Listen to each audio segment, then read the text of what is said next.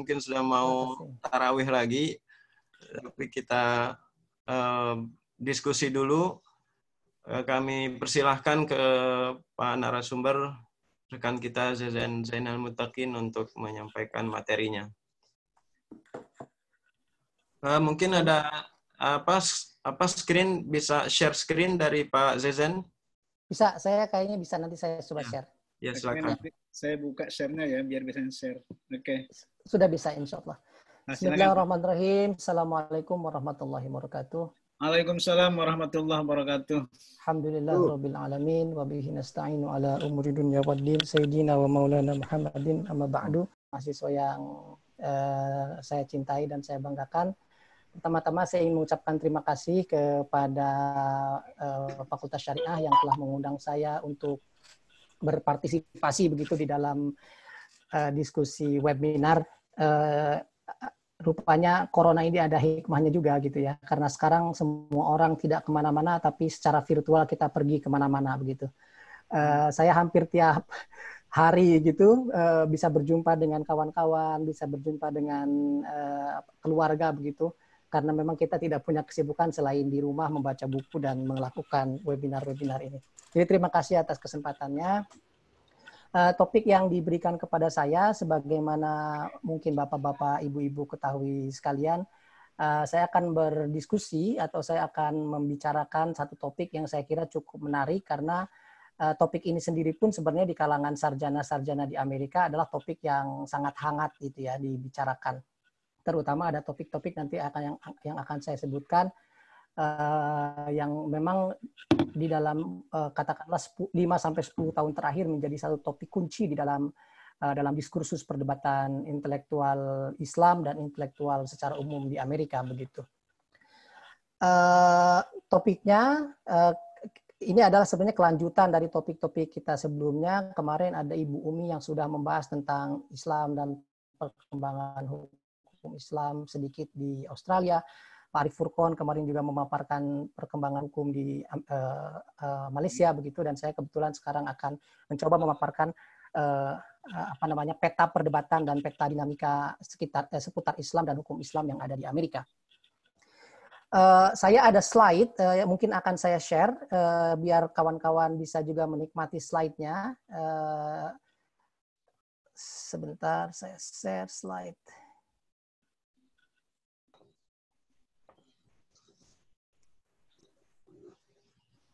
Sudah bisa di... Ya. Sudah bisa. Ya, sudah bisa ya? Baik. Ya, tampil sudah. Oke.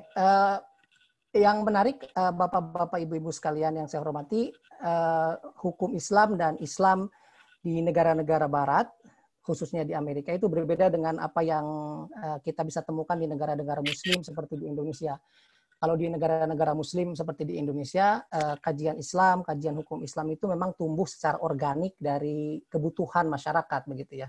Dulu kita masih ingat AIDA atau IAIN atau UIN didirikan tentu saja karena ada kebutuhan yang real di masyarakat. Kita butuh ustadz, kita butuh hakim untuk pengadilan agama, kita butuh pengajaran Muslim, kita butuh bankir Muslim, kita butuh guru-guru Muslim, kita butuh dosen Muslim.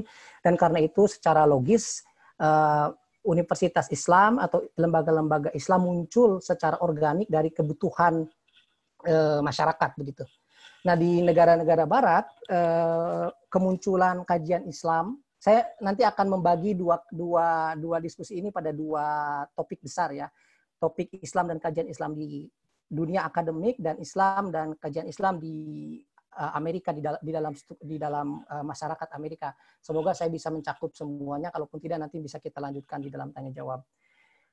Kembali ke topik besar yang pertama terkait dengan Islam dan kajian hukum Islam di universitas, berbeda dengan apa yang terjadi di negara-negara Muslim atau di Indonesia, itu memang tumbuh bukan dari kebutuhan organik di masyarakat. Ada pasar kerja yang membutuhkannya, ada segmentasi yang jelas dari output lulusannya dan lain-lain. Di negara-negara Barat, terutama di Amerika dan Eropa, kajian Islam dan hukum Islam justru sebenarnya muncul dari dua tradisi besar. Yang pertama adalah tradisi Orientalisme, dan yang kedua adalah justru berakal dari studi teologi Kristiani sebenarnya. Judeo-Christian Studies sebenarnya, bukan hanya studi Kristen, tapi juga studi Yahudi juga. Kenapa studi orientalisme? Karena kalau kita kaitkan perdebatan orientalisme ini dengan kolonialisme, sebenarnya memang ada unsur pragmatismenya, bahwa kolonial power waktu itu membutuhkan tenaga-tenaga ahli, yang tenaga-tenaga ahli itu ditujukan sebenarnya pada ujungnya, disadari atau tidak, itu untuk dalam tanda kutip menguasai, sebenarnya penjajahan lah. Kita tahu di Indonesia misalnya ada orientalis yang sangat terkenal seperti Christian Nugroho, ada Van Vollenhoven misalnya yang menciptakan hukum adat. Di di Prancis, di negara-negara jajahan Prancis ada juga orientalismenya, di Inggris ada orientalisme dan lain-lain. Studi Islam itu awalnya muncul dari tradisi orientalisme, dan kalau kita bicara tentang studi orientalisme tentu kita bisa membagi dua stream besar studi orientalisme kalau kita mengacu pada pemikiran seperti Edward Said misalnya, itu pada katakanlah orientalisme politik dan orientalisme yang lebih empatik. Orientalisme politik itu kurang lebih kalau mau disederhanakan adalah studi kajian Islam, di mana kajian Islam itu ditujukan, disadari atau tidak, ujungnya untuk kepentingan power gitu ya, will of power. Kalau kata Michel Foucault itu knowing is conquering, knowledge is power, bahwa kalau kita mau menguasai Aceh, maka salah satu caranya adalah kirim Nugroho ke Aceh, harus diketahui betul adat Aceh seperti apa, kalender orang Aceh seperti apa, cara hidupnya seperti apa, dan kemudian dia sistematisir, dan dari situlah kemudian colonial power membuat policy atau membuat kebijakan yang ditujukan untuk tujuan-tujuan politik penguasaan terhadap negara-negara jajahannya. Nah, tapi itu tidak juga kita bisa pukul rata, karena pada perkembangan selanjutnya orientalisme juga berevolusi pada satu pendekatan yang lebih empatik begitu ya. Empatik itu artinya misalnya setelah tahun katakanlah 70-80-an, stream orientalisme sedikit berubah menjadi lebih empatik dan lebih objektif, dalam pengertian bahwa mereka mencoba tidak lagi melihat Islam sebagai satu entitas asing yang harus dikuasai dan dikerangkeng, tapi melihat Islam sebagai satu agama yang harus didekati dengan lebih objektif. Yang kedua, di negara-negara Barat, studi Islam dan hukum Islam muncul dari studi kristologi sebenarnya. Tentu saja studi kristologi itu banyak juga streamnya, ada yang memang dari awal ditujukan untuk semacam jadaliyah, semacam cara untuk membuktikan bahwa Kristen itu lebih superior dibanding dengan agama-agama lain misalnya begitu. Nah, dari dua kecenderungan itu sebenarnya sampai sekarang kita masih bisa melihat sisa-sisanya, kurang lebih masih bisa melihat tracingnya di dalam studi-studi Islam di Barat. Sampai sekarang itu sangat kuat kajian teks ya, terutama di fase sampai tahun 70-an, 80-an. Kalau kita masih ingat, hampir semua orientalis seperti Ignaz Goldziher, kemudian ada Joseph Scott, kemudian yang belakangannya ke yang mazhab revisionis seperti Wansbrough, dari pengajian tafsir, kemudian ada Patricia Krohn dan lain-lain. Itu kan sebenarnya rata-rata pendekatannya selain pendekatan historis juga pendekatan tekstual begitu.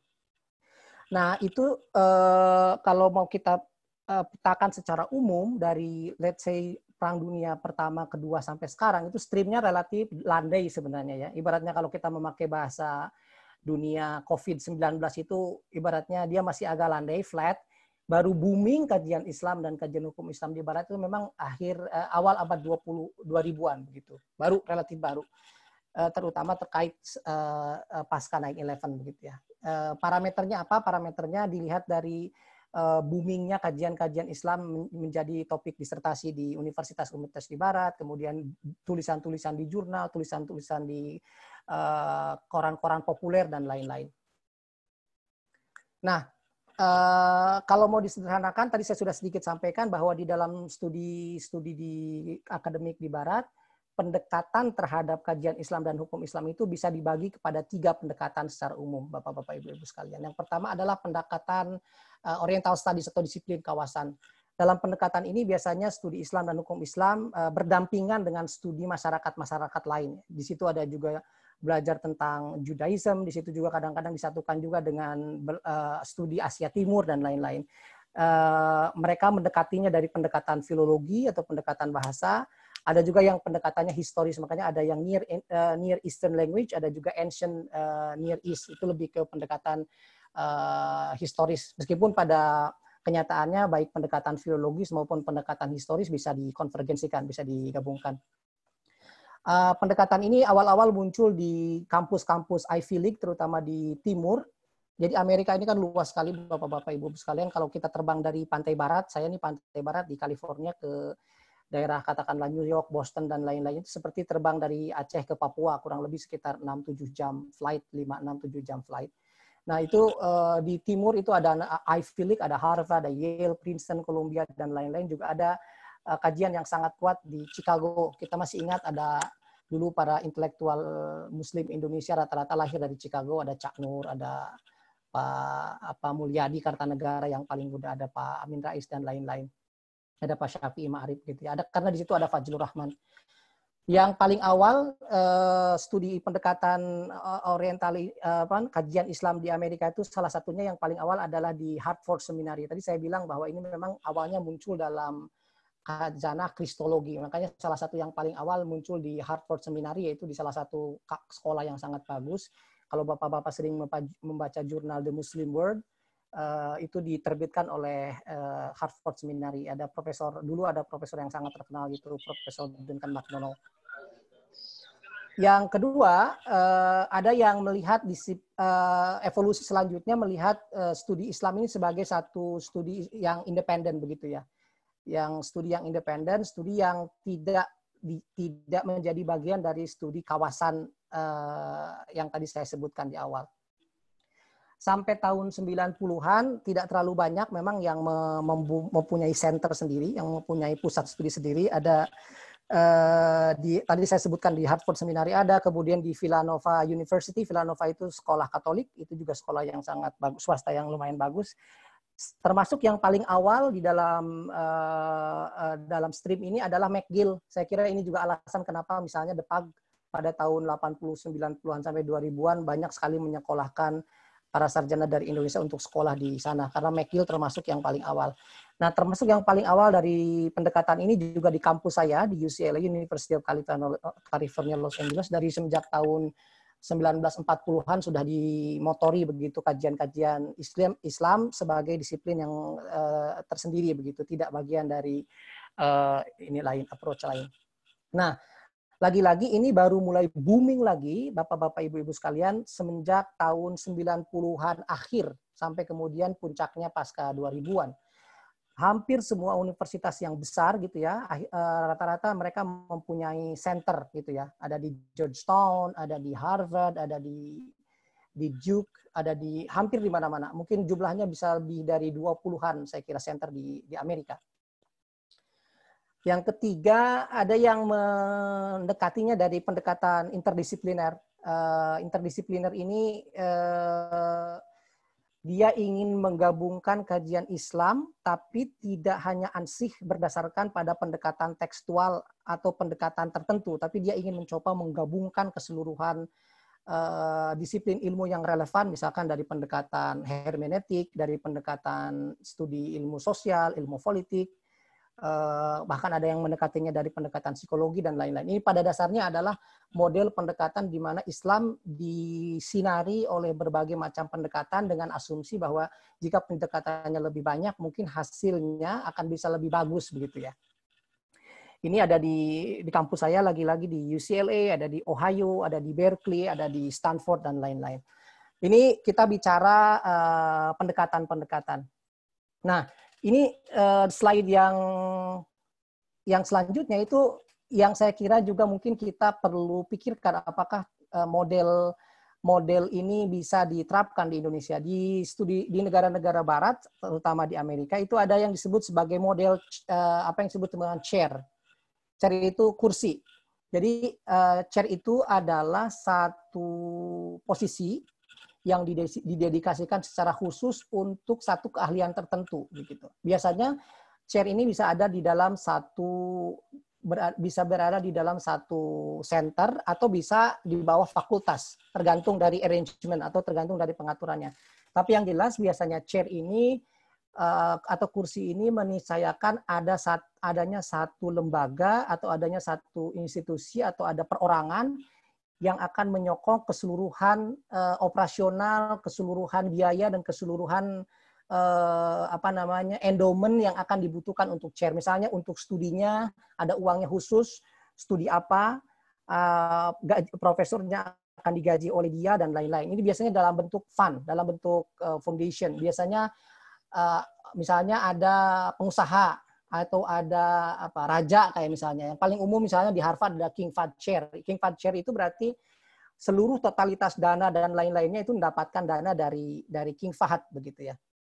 Nah di Indonesia saya kira model chair ini belum ada karena saya nggak tahu apa model filantropi di Indonesia belum tumbuh luas di kalangan akademik begitu. Kalau di sini antara pengusaha atau antara dunia usaha dan dunia entrepreneur dengan dunia bisnis itu cukup dekat begitu. Sebenarnya ini menyerupai model-model auqaf di dalam tradisi Islam sebenarnya kan ada uang wakaf yang didedikasikan untuk ilmu pengetahuan karena kalau kita melihat pada model perkembangan pengetahuan ala Yunani misalnya, menurut para filsuf Yunani, ilmu pengetahuan itu bisa muncul karena ada orang-orang yang memang tidak ada kerjaan lain selain mencari ilmu dan menghasilkan produk-produk pengetahuan begitu. Mereka tidak disibukkan dengan periuk nasi, mereka tidak disibukkan dengan mencari nafkah. Ada orang yang menyokong mereka untuk bisa survive, mencari ilmu begitu. Nah, chair ini kurang lebih seperti itulah. Nah, misalnya profesor saya di sini di UCLA itu beliau adalah chair untuk Omar and Esmeralda di UCLA Law School. Nah, Omar and Esmeralda itu adalah dua pengusaha yang ada memang di sini. Dia pengusaha dan dia mendedikasikan sejumlah dananya ke fakultas untuk membiayai seluruh studi, biaya gaji profesornya, studi riset dan lain-lain terkait dengan hukum Islam. Jadi memang itu dananya di-float untuk sana begitu.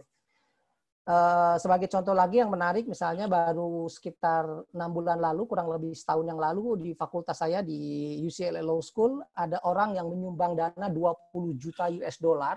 20 juta US dollar itu kurang lebih berapa? 20 miliar rupiah atau 200 miliar rupiah, saya nggak tahu, nolnya kebanyakan. Tapi kurang lebih orang itu menyumbang ke fakultas agar fakultas itu mendirikan pusat studi genosida. Jadi uang itu sebanyak 20 juta dolar itu dibuat hanya untuk studi genosida. Nanti akan kalau ada profesor ahli genosida harus digajikan dari situ untuk operasionalnya dan lain-lain. Itu dijadikan dana abadi begitu. Nah, cuman memang ada problem di sini, yaitu problem terkait dengan bagaimana menyeimbangkan antara independensi akademik dengan kepentingan donor. Karena pada akhir tahun 90-an sampai awal tahun 2000-an misalnya, di kalangan akademisi di Amerika dan di dunia Barat ada perdebatan tentang bagaimana menjembatani independensi ini, karena banyak yang dituduh atau dianggap karena dia diberikan uang jadi dia tidak objektif. Yang dulu dituduh seperti itu Frank Vogel misalnya, karena Frank Vogel setelah mendapatkan uang cukup banyak dari Saudi, dia jadi sangat pro Saudi, buku-bukunya semua tentang Saudi dan lain-lain. Jadi bagaimana membuat independensi akademis bisa terjaga meskipun uang itu didapatkan dari donor. Bagaimana caranya? Karena mau tidak mau si pemberi donor juga tidak serta-merta memberikan uang kalau tidak ada interest-nya begitu. Nah, saya kira nanti kita bisa elaborasi kalau ada yang ingin ditanyakan. Nah, kalau tadi kita berdiskusi tentang pendekatan, sekarang saya berdiskusi sedikit tentang pelembagaannya, begitu. Perlembagaan sebenarnya tidak jauh berbeda dari pendekatannya, karena tadi misalnya pendekatannya menggunakan pendekatan kawasan, maka biasanya studi-studi Islam dan hukum Islam itu berada di bawah Near Eastern Language and Civilization. Jadi itu di satu departemen khusus, hampir di kampus-kampus besar ada departemen yang seperti ini, meskipun namanya beda-beda. Kalau di UCLA kebetulan namanya Near Eastern Language and Civilization NELS gitu ya. Nah, di bawahnya ada studi Islam, ada studi Judaism, ada studi bahasa Turki dan kebudayaan Turki dan lain-lain. Nah, tetapi meskipun demikian, belakangan ada kritik terhadap model pendekatan ini karena itu pendekatan yang terlalu tekstualis ini sekarang banyak tumbuh berdampingan dengan pendekatan etnografis dan pendekatan antropologis. Tentu saja yang paling terkenal di antara para pemikir Muslim di Amerika yang menyodorkan ini adalah salah satunya adalah Talal Asad begitu ya. Talal Asad ini dulu ada di Berkeley tapi udah almarhum. Selain Talal Asad ada juga yang paling terkenal, salah satunya yang paling muda tapi sayangnya meninggal muda, beliau dari Harvard namanya Shahab Ahmed, yang bukunya yang juga cukup kontroversial, What is Islam. Pelembagaan kajian yang kedua di bawah religious studies. Tadi kan pendekatannya keagamaan, Islamic studies, maka organisasinya pun di bawah religious studies. Di bawah religious studies itu ada studi Judaism, ada studi Buddhism, ada studi Islam dan lain-lain. Nanti biasanya di bawah departemen religious studies itu ada 1 atau 2 orang ahli hukum Islam. Contoh yang menarik misalnya di dalam konteks ini Profesor Muhammad Ali yang dari UI, kebetulan dosen juga di USURI, di University of Riverside, selain di studi kawasan Asia Tenggara juga kadang-kadang dia masuk di religious studies, makanya dia ngajar juga Buddhism, Hinduism dan lain-lain. Nah, lagi-lagi ini trennya kelihatan begitu kontras pasca tahun 2001, terutama pasca 9/11 itu. Kebutuhannya begitu kontras gitu ya. Tahun 73 ketika American Association of Religion atau AAR. Jadi AAR itu kayak semacam asosiasi para sarjana yang studi agama Islam, hukum Islam dan lain-lain. Meskipun ada juga Islamic Law and Society dan lain-lain, tapi salah satu parameternya di sini AAR. Di dalam tubuh AAR ketika AAR didirikan tahun 73 hanya ada 1 atau 2 makalah di dalam pertemuan tahunan mereka. Dalam 5 tahun terakhir untuk memfasilitasi kajian Islam dan hukum Islam, bahkan mereka harus buat 6 klaster. 6 klaster ini dibuat untuk menaungi ratusan proposal atau ratusan makalah kajian Islam dan hukum Islam. Yang ketiga, Islam dan hukum Islam di dalam dunia akademik di Amerika berada juga di bawah Departemen Middle Eastern Studies. Di bawah karena Islam itu dianggap datang dari Timur Tengah, maka kajian Islam disempalkan atau disimpan di bawah kajian Timur Tengah. Namun demikian, kritik yang muncul dari pendekatan ini adalah Islam dianggap semata-mata hanya fenomena Middle East, padahal Islam juga berkembang di luar Middle East. Ada Islam di Afrika, ada Islam di Southeast Asia dan lain-lain. Nah, karena itu banyak di lembaga-lembaga ini di-merge, digabungkan. Jadi Center for Middle East Studies and Muslim Civilization misalnya. Di akhirnya ditambahin ada Muslim Civilization-nya karena harus mengakomodir kajian-kajian Islam di luar dari kajian-kajian Middle East. Secara sederhana seperti itu tadi kita berbicara tentang sedikit asal-usul, yang kedua pendekatan, yang ketiga pelembagaan, yang sekarang saya ingin bicara tentang aktor, karena ini juga menarik, Bapak-Bapak, Ibu-Ibu sekalian. Kalau kita bicara aktor atau akademisi, kita bisa melihat tren yang juga unik di akhir tahun 90-an. Dari semenjak Perang Dunia Kedua sampai tahun 80-an, 90-an, pertengahan atau 90-an akhir, itu hampir sebagian besar para sarjana yang berkecimpung di dalam kajian Islam dan hukum Islam itu adalah sarjana outsider lah dalam tanda kutip. Sarjana outsider itu adalah sarjana-sarjana yang memang tumbuh dan muncul dari kajian studi orientalisme. Ya, studi orientalisme, kemudian mereka memang punya obsesi untuk melihat Islam sebagai sebuah kajian yang objektif begitu ya. Dia bisa mengambil jarak dari dirinya terhadap objek kajiannya, dan karena itu di dalam model seperti ini kadang-kadang kita bisa menemui satu model yang kalau menurut standar konservatisme Islam di sudut yang lain itu dianggap sebagai menyimpang atau aneh dan lain-lain, tapi di dalam kajian barat, dalam kajian diskursus akademik barat tidak ada apa itu yang disebut sebagai pendekatan atau kajian yang menyimpang. Sejelek apapun selama karya itu dihasilkan dengan metode yang bisa dikritik, metode yang ilmiah, dia dihormati. Misalnya yang sangat menarik adalah pendekatan kaum revisionis. Meskipun pendekatan kaum revisionis ini bermula dari kajian-kajian terhadap teks Quran, sebenarnya itu juga bermula dari kajian-kajian hukum Islam dan hadis. Mereka bertumpu pada premis-premisnya Goldziher dan Joseph Schat. Kurang lebih mereka kan mempunyai premis yang kalau mau disederhanakan bilang bahwa Islam dan hukum Islam itu tidak sebagaimana dibayangkan oleh para sarjana-sarjana tradisional Muslim, ternyata tidak tumbuh secara linear dan berakar dari tradisi Nabi. Jadi kalau kita mau runut itu ininya apa namanya, kalau kita mau trace urutan keterkaitannya, sebenarnya itu justru hukum Islam yang diketahui oleh kita sekarang itu tidak muncul dari Madinah atau Mekah, tapi itu muncul dari Irak. Dan menurut Joseph Sky itu munculnya bukan dari pure tradisi Islam, tapi banyak pengaruh-pengaruh tradisi Babilonia, tradisi Romawi, dan tradisi Sasania begitu. Kalau sah tentu saja tesis dasarnya adalah bahwa ini muncul dari tradisi Roman lah kurang lebih.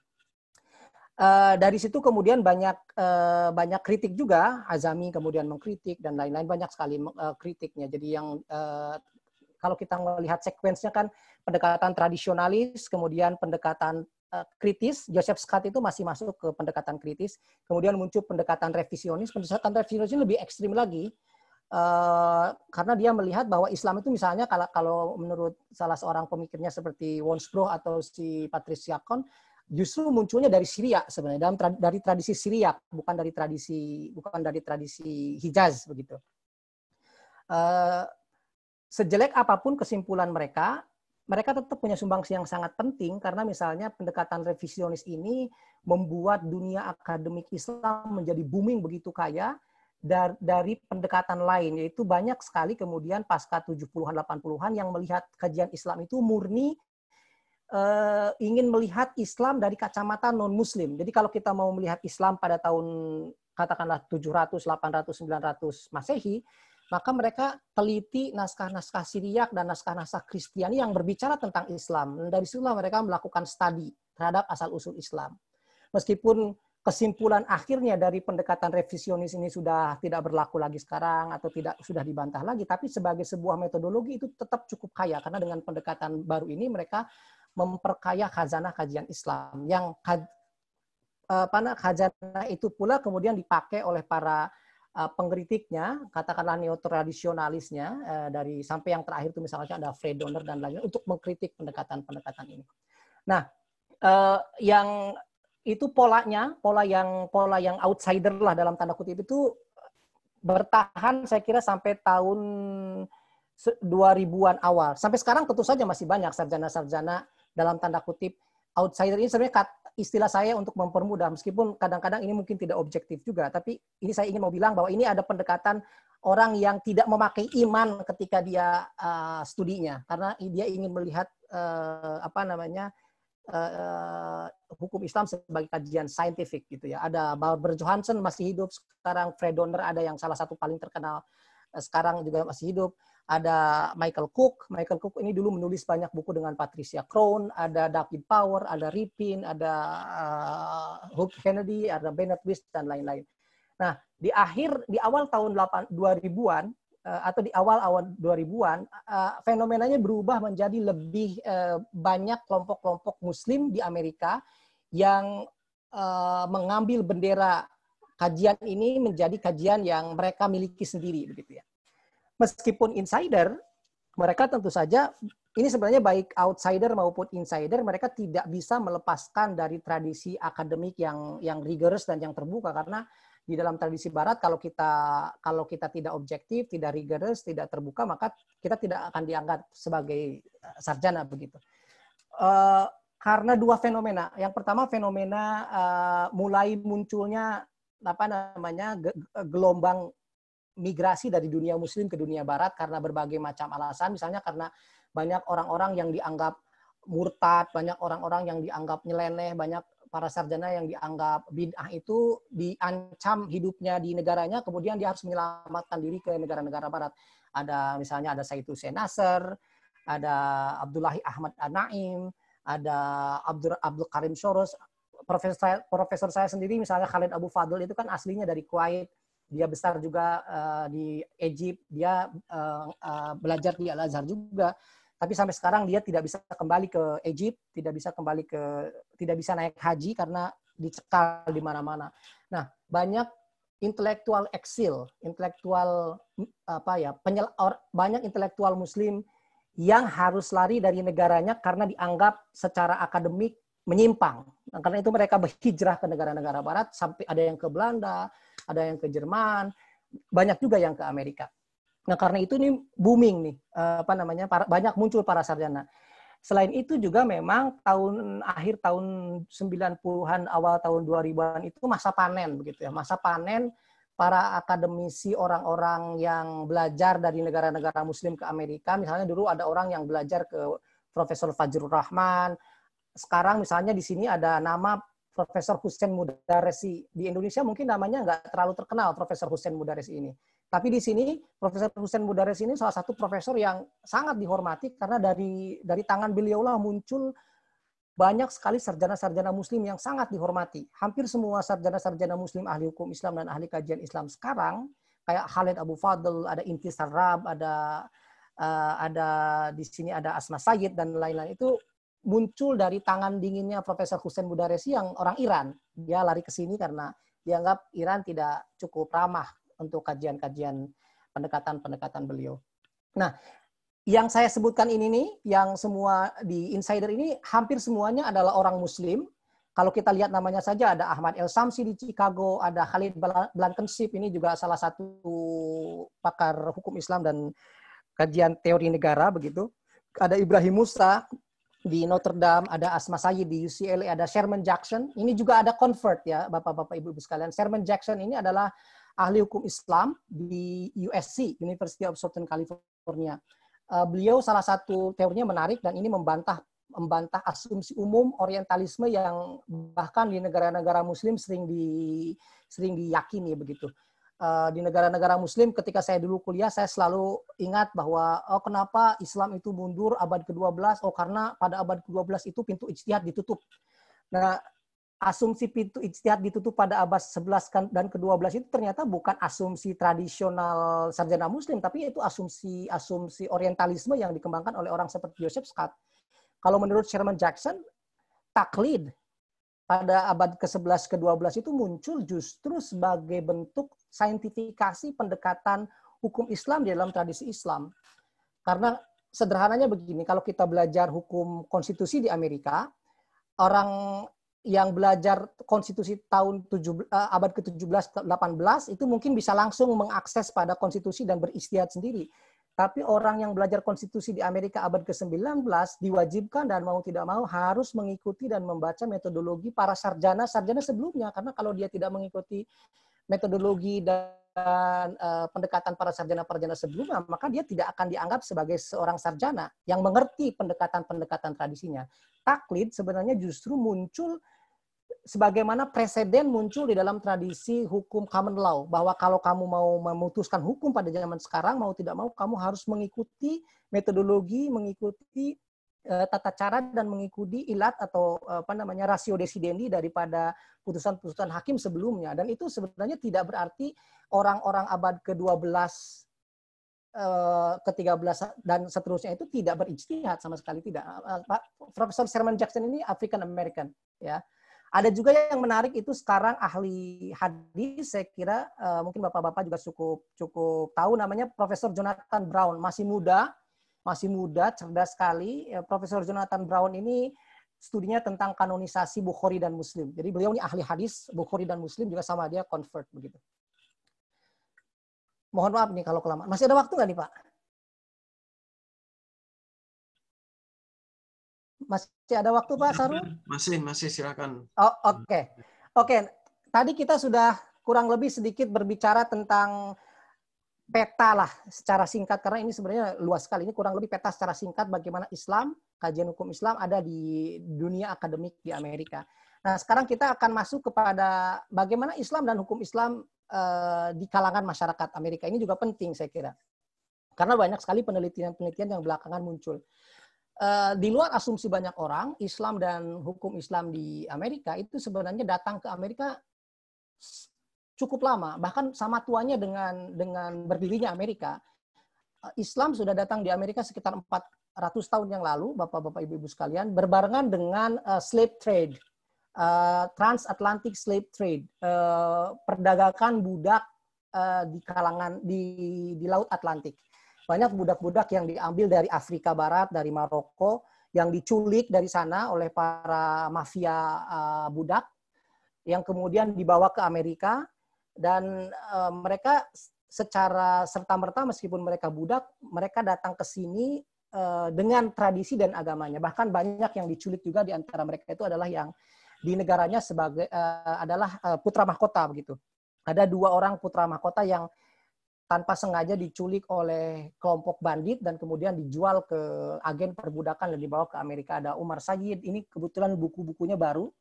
Ada penelitian banyak karena manuskripnya baru ditemukan. Ada Omar Ibn Sayyid dari Senegal, juga budak. Ada Abdurrahman Sori. Nah, 2 orang ini salah satu yang paling prominent, yang paling penting di dalam tradisi Islam di Amerika karena dari mereka sebenarnya tradisi pembebasan budak atau tradisi anti slavery di Amerika juga muncul. Jadi mereka punya sumbangsi yang cukup besar terhadap perkembangan anti slavery di Amerika. 20-30% budak-budak yang dibawa ke Amerika itu diyakini sebagai budak-budak yang beragama Islam. Pasca Perang Dunia Kedua atau mungkin sebelum Perang Dunia Kedua, tentu saja banyak juga gelombang migrasi yang datang ke Amerika, sama seperti ke Australia, sama seperti ke Eropa. Mereka datang bermigrasi dari negara masing-masing di negaranya dengan berbagai macam tujuan. Ada yang lari karena ditindas, ada yang memang ingin mencari pekerjaan, ada yang memang sekolah kemudian nikah sama orang sini, kemudian ada yang sekolah kemudian dapat posisi di sini, macam-macam lah pokoknya. Tapi intinya terjadi migrasi juga. Jadi yang tadi pertama perbudakan, yang kedua karena migrasi. Nah, 2 aspek ini yang menyebabkan Islam di Amerika tuh sedikit mungkin sama ya, mungkin ini kecenderungan di negara-negara barat. Islam di Amerika dan di negara-negara barat itu sangat kental nuansa etnisitasnya. Jadi Anda Islam, tapi Islamnya Islam Indonesia, Islamnya Islam Bangla, Islamnya Islam Afrika. Ini bisa dilihat dari kongregasi atau dari komunitas-komunitas atau masjid-masjid yang ada. Ada masjid Indonesia, misalnya di Los Angeles saja ada masjid yang biasa orang kulit hitam muncul. Ada masjid Indonesia, ada masjid Bangladesh, ada masjid orang Turki, ada masjid orang Patani, begitu ya. Meskipun tentu saja masjid-masjid itu terbuka untuk siapapun untuk sholat dan beribadah, tapi biasanya masjid-masjid itu tumbuh dari gelombang migrasi dari negaranya mereka masing-masing. Awalnya itu tumbuh di dalam pergulatan identitas komunitasnya masing-masing. Alhamdulillah ini kabar menarik di LA umat Islam yang berasal dari Indonesia baru 3-4 tahun yang lalu membeli masjid begitu cukup megah di pusat kota LA, sekitar $2 juta di pusat kota LA. Ini masjid ini kebetulan bekas gereja begitu dibeli dan sekarang udah jadi masjid lagi direnovasi. By the way, di negara-negara barat seperti di Belanda atau di Amerika, masjid menjadi gereja itu bukan karena alasan bahwa umat Kristennya udah nggak pakai lagi, kemudian umat Islam dipakai masjid. Sebenarnya alasannya pragmatis, Bapak Ibu sekalian. Orang yang gerejanya udah tidak dipakai karena pindah misalnya, dia akan mencari komunitas agama lain untuk menjadikan bangunannya sebagai pusat keagamaan juga. Jadi kalau dari gereja jadi masjid, dari gereja jadi sinagog, dari gereja jadi kuil, itu proses administrasinya mudah, tidak kena pajak, kemudian proses izin ke kotanya juga mudah. Semua proses itu mudah karena mereka tidak alih fungsi. Fungsinya sama-sama fungsi keagamaan. Kalau jadi kafe misalnya atau jadi restoran sangat sulit menjualnya. Karena itu biasanya kalau orang mau pindah gerejanya ke kampung lain karena komunitasnya pindah, misalnya Masjid Indonesia yang ada di sini kebetulan Masjid Samoan Community, jadi orang-orang Samoa. Samoa itu di Pasifik. Orang-orang Samoanya banyak pindah ke pinggiran kota LA, mereka beli gereja baru yang ininya dijual. Dia mencari orang yang akan menjadikan gerejanya ini juga sebagai tempat keagamaan. Kebetulan orang Indonesia lagi jadi masjid, cocok begitu. Nah, jadi memang setelah migrasi itu rata-rata ada corak etnisitas di dalam keislamannya. Karena itu kita bisa melihat misalnya kalau ke masjid Turki ini lebih Hanafi gitu. Kalau kita masjid ke Maroko atau ke Afrika ininya lebih Maliki begitu, tradisinya. Nah, di Amerika, Bapak-bapak, Ibu-ibu sekalian, ketika terjadi gelombang migrasi itu mungkin pada generasi pertama mereka tidak ada masalah dengan identitasnya. Tapi rata-rata mereka, generasi kedua, ketiga umat Islam yang lahir di Amerika, mereka mengalami krisis identitas. Apa itu krisis identitas? Krisis identitas itu begini, Bapak Ibu sekalian. Kalau orang tuanya kayak saya atau siapa atau orang yang memang besar di Indonesia, mereka ketika datang ke sini itu udah ajeg ke identitasnya sebagai Muslim Indonesia. Mereka punya tata cara ibadah sendiri, mereka udah mengerti doanya bagaimana, udah ada keseluruhan identitas dan nilai-nilai budaya yang tertanam di dalam benaknya. Tapi untuk mereka yang lahir di Amerika, generasi kedua dan ketiga, mereka tuh mengalami krisis identitas. Pada saat yang sama mereka orang Indonesia, pada saat yang mereka orang Islam, pada saat yang bersamaan mereka juga harus jadi orang Amerika. Dan ini bukan tantangan yang mudah, Bapak Ibu sekalian. Anak-anak ini saya tahu persis karena saya ini sekarang aktif di Masjid Los Angeles jadi pengurus gitu ya, bantu-bantu madrasah. Di kalangan generasi mudanya itu mereka banyak yang mengalami krisis of identity. Dan karena itu banyak, tidak sedikit, yang generasi kedua, generasi ketiganya itu mereka sudah, bahkan pada kasus yang ekstrim, sudah lagi tidak menjadi Muslim. Banyak yang menganggap agama itu nggak penting begitu ya.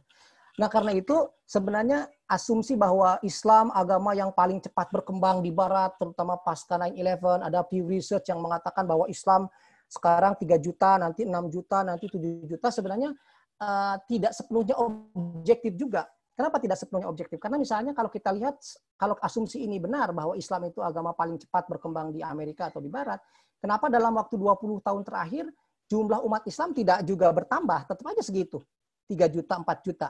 Tidak jadi 10 juta, 20 juta. Asumsi kedua, meskipun level pertamanya pada Muslim, level kedua dan level ketiga, generasi level kedua, ketiga Islam itu banyak yang sudah mengalami krisis identitas dan bahkan meninggalkan identitas keislamannya. Karena apa? Karena banyak nilai-nilai keislaman yang dibawa dan ditanamkan oleh orang tuanya dari kampungnya itu nggak dianggap lagi cocok untuk konteks di dalam tradisi Amerika. Begitu. Nah, ini pula kemudian yang melatar belakangi munculnya perdebatan apa yang disebut sebagai fiqhul akaliyat. Di poin selanjutnya, Bapak-Bapak Ibu. Fiqh akaliyat itu adalah diskursus yang belakangan di dalam tradisi diskursus hukum Islam di Barat itu cukup hangat ya. Jadi bagaimana memformulasikan satu model fikih atau model hukum yang relevan dan kontekstual untuk konteks Amerika.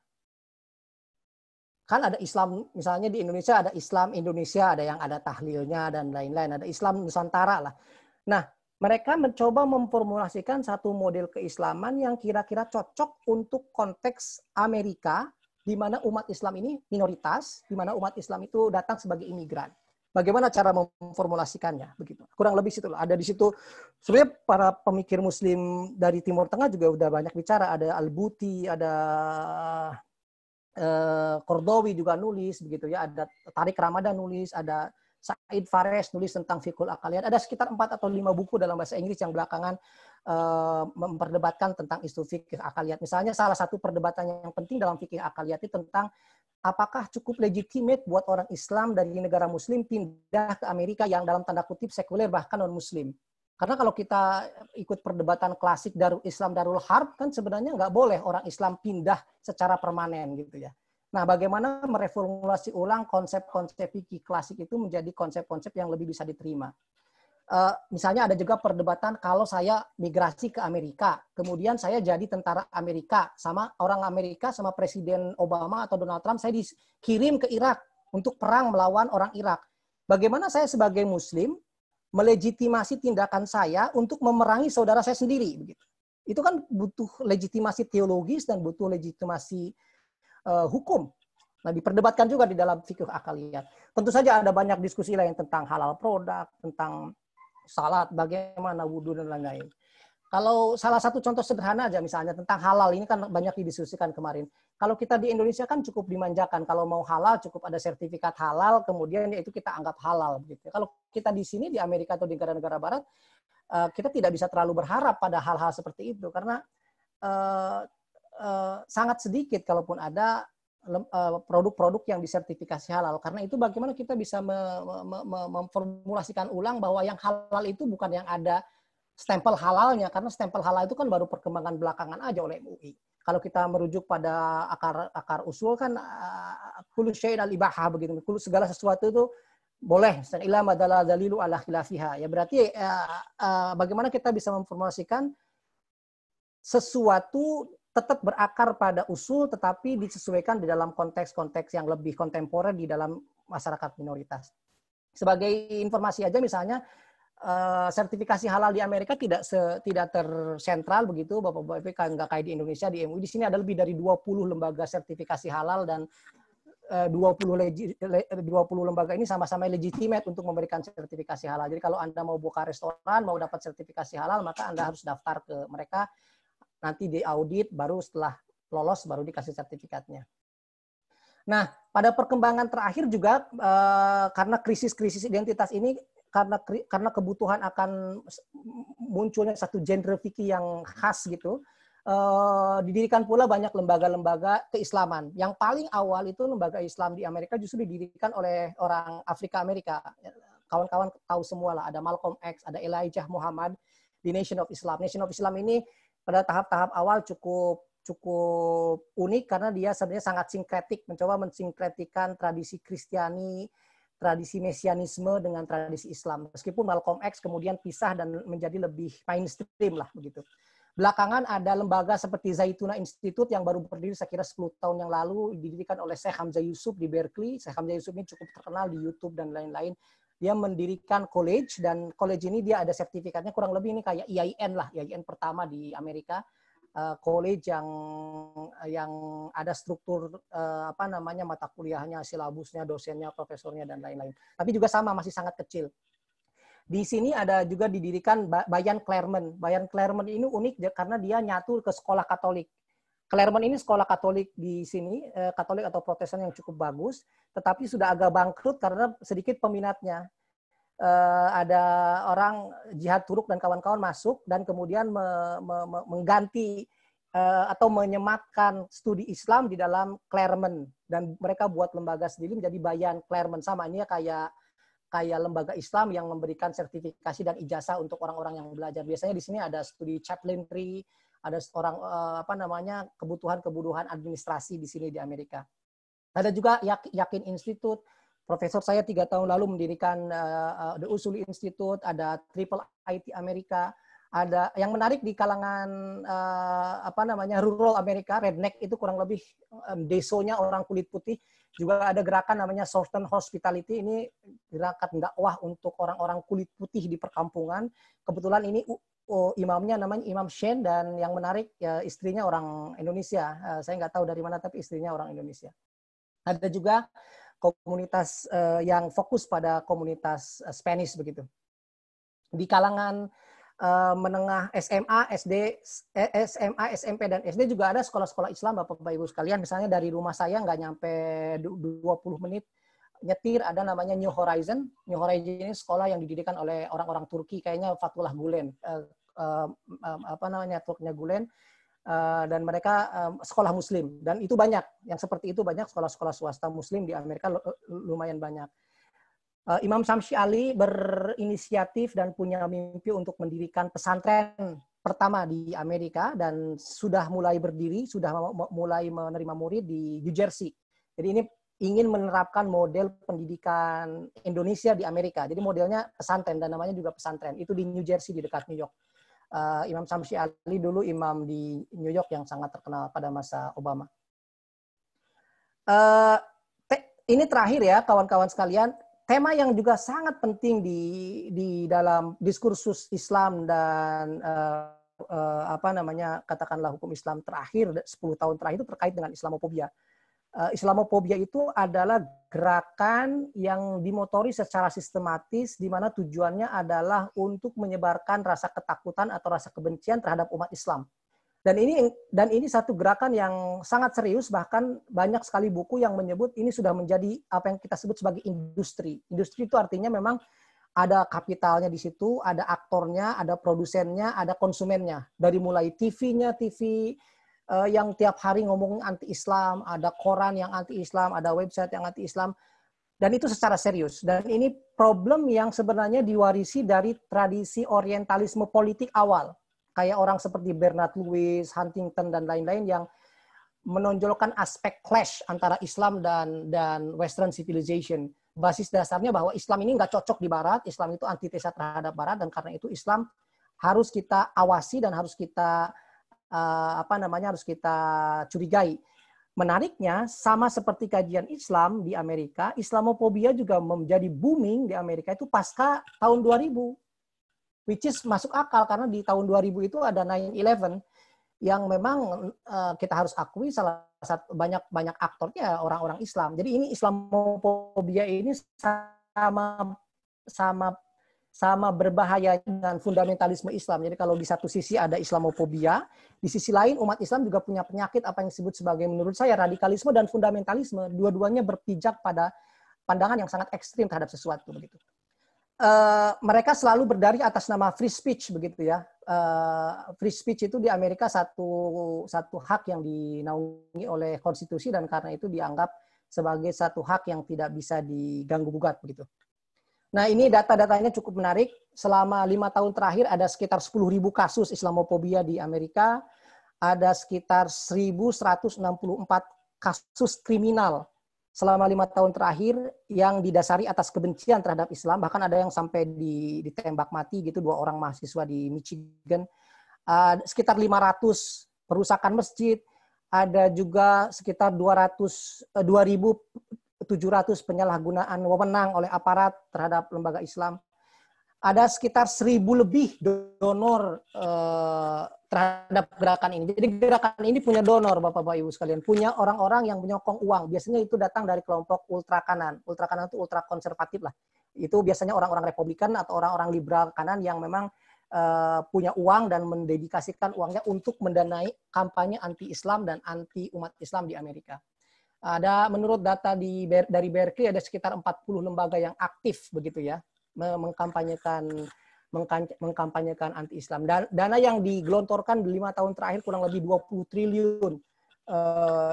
Besar sekali. Nggak tahu kalau dirupiahin jadinya berapa itu. Jadi memang ini satu problem yang industri. Jadi kita bisa melihat satu dinamika yang unik.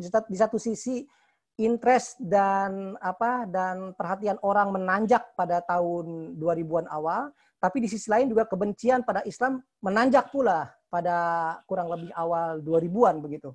Karena memang tahun 2001 itu ada fenomena yang mengguncang Amerika begitu kagetnya orang Amerika dengan fenomena World Trade Center itu sehingga War of Terror dan lain-lain menjadi satu gerakan yang bukan hanya di Amerika tapi juga di seluruh dunia.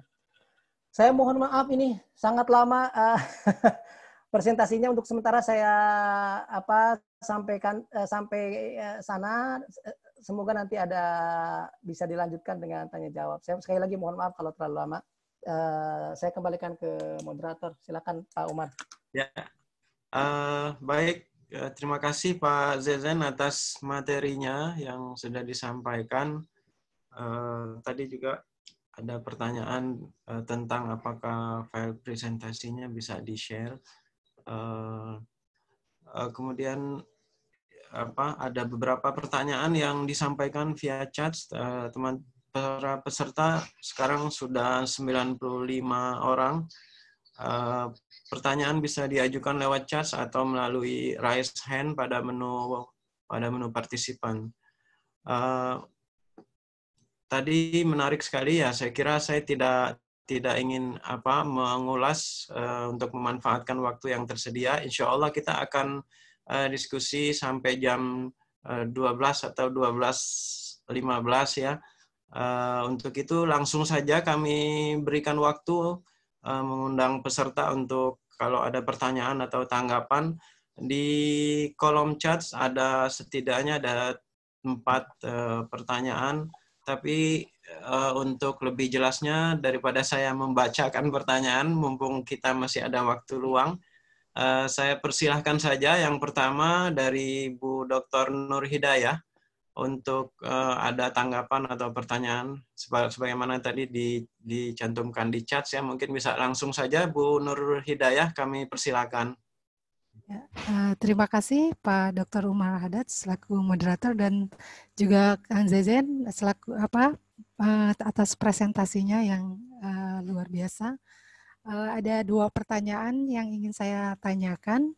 Yang pertama, tadi Kang Zezen mengoverview ya sejarah perkembangan kajian Islam di dunia Barat, termasuk juga kajian hukum Islam, dan terlihat ada transformasi dari penekanan orientalisme ke post-orientalisme, dan terlihat ada perubahan ton ya yang sangat kritis, bahkan Islamofobia menjadi ton yang sangat apresiatif terhadap Islam.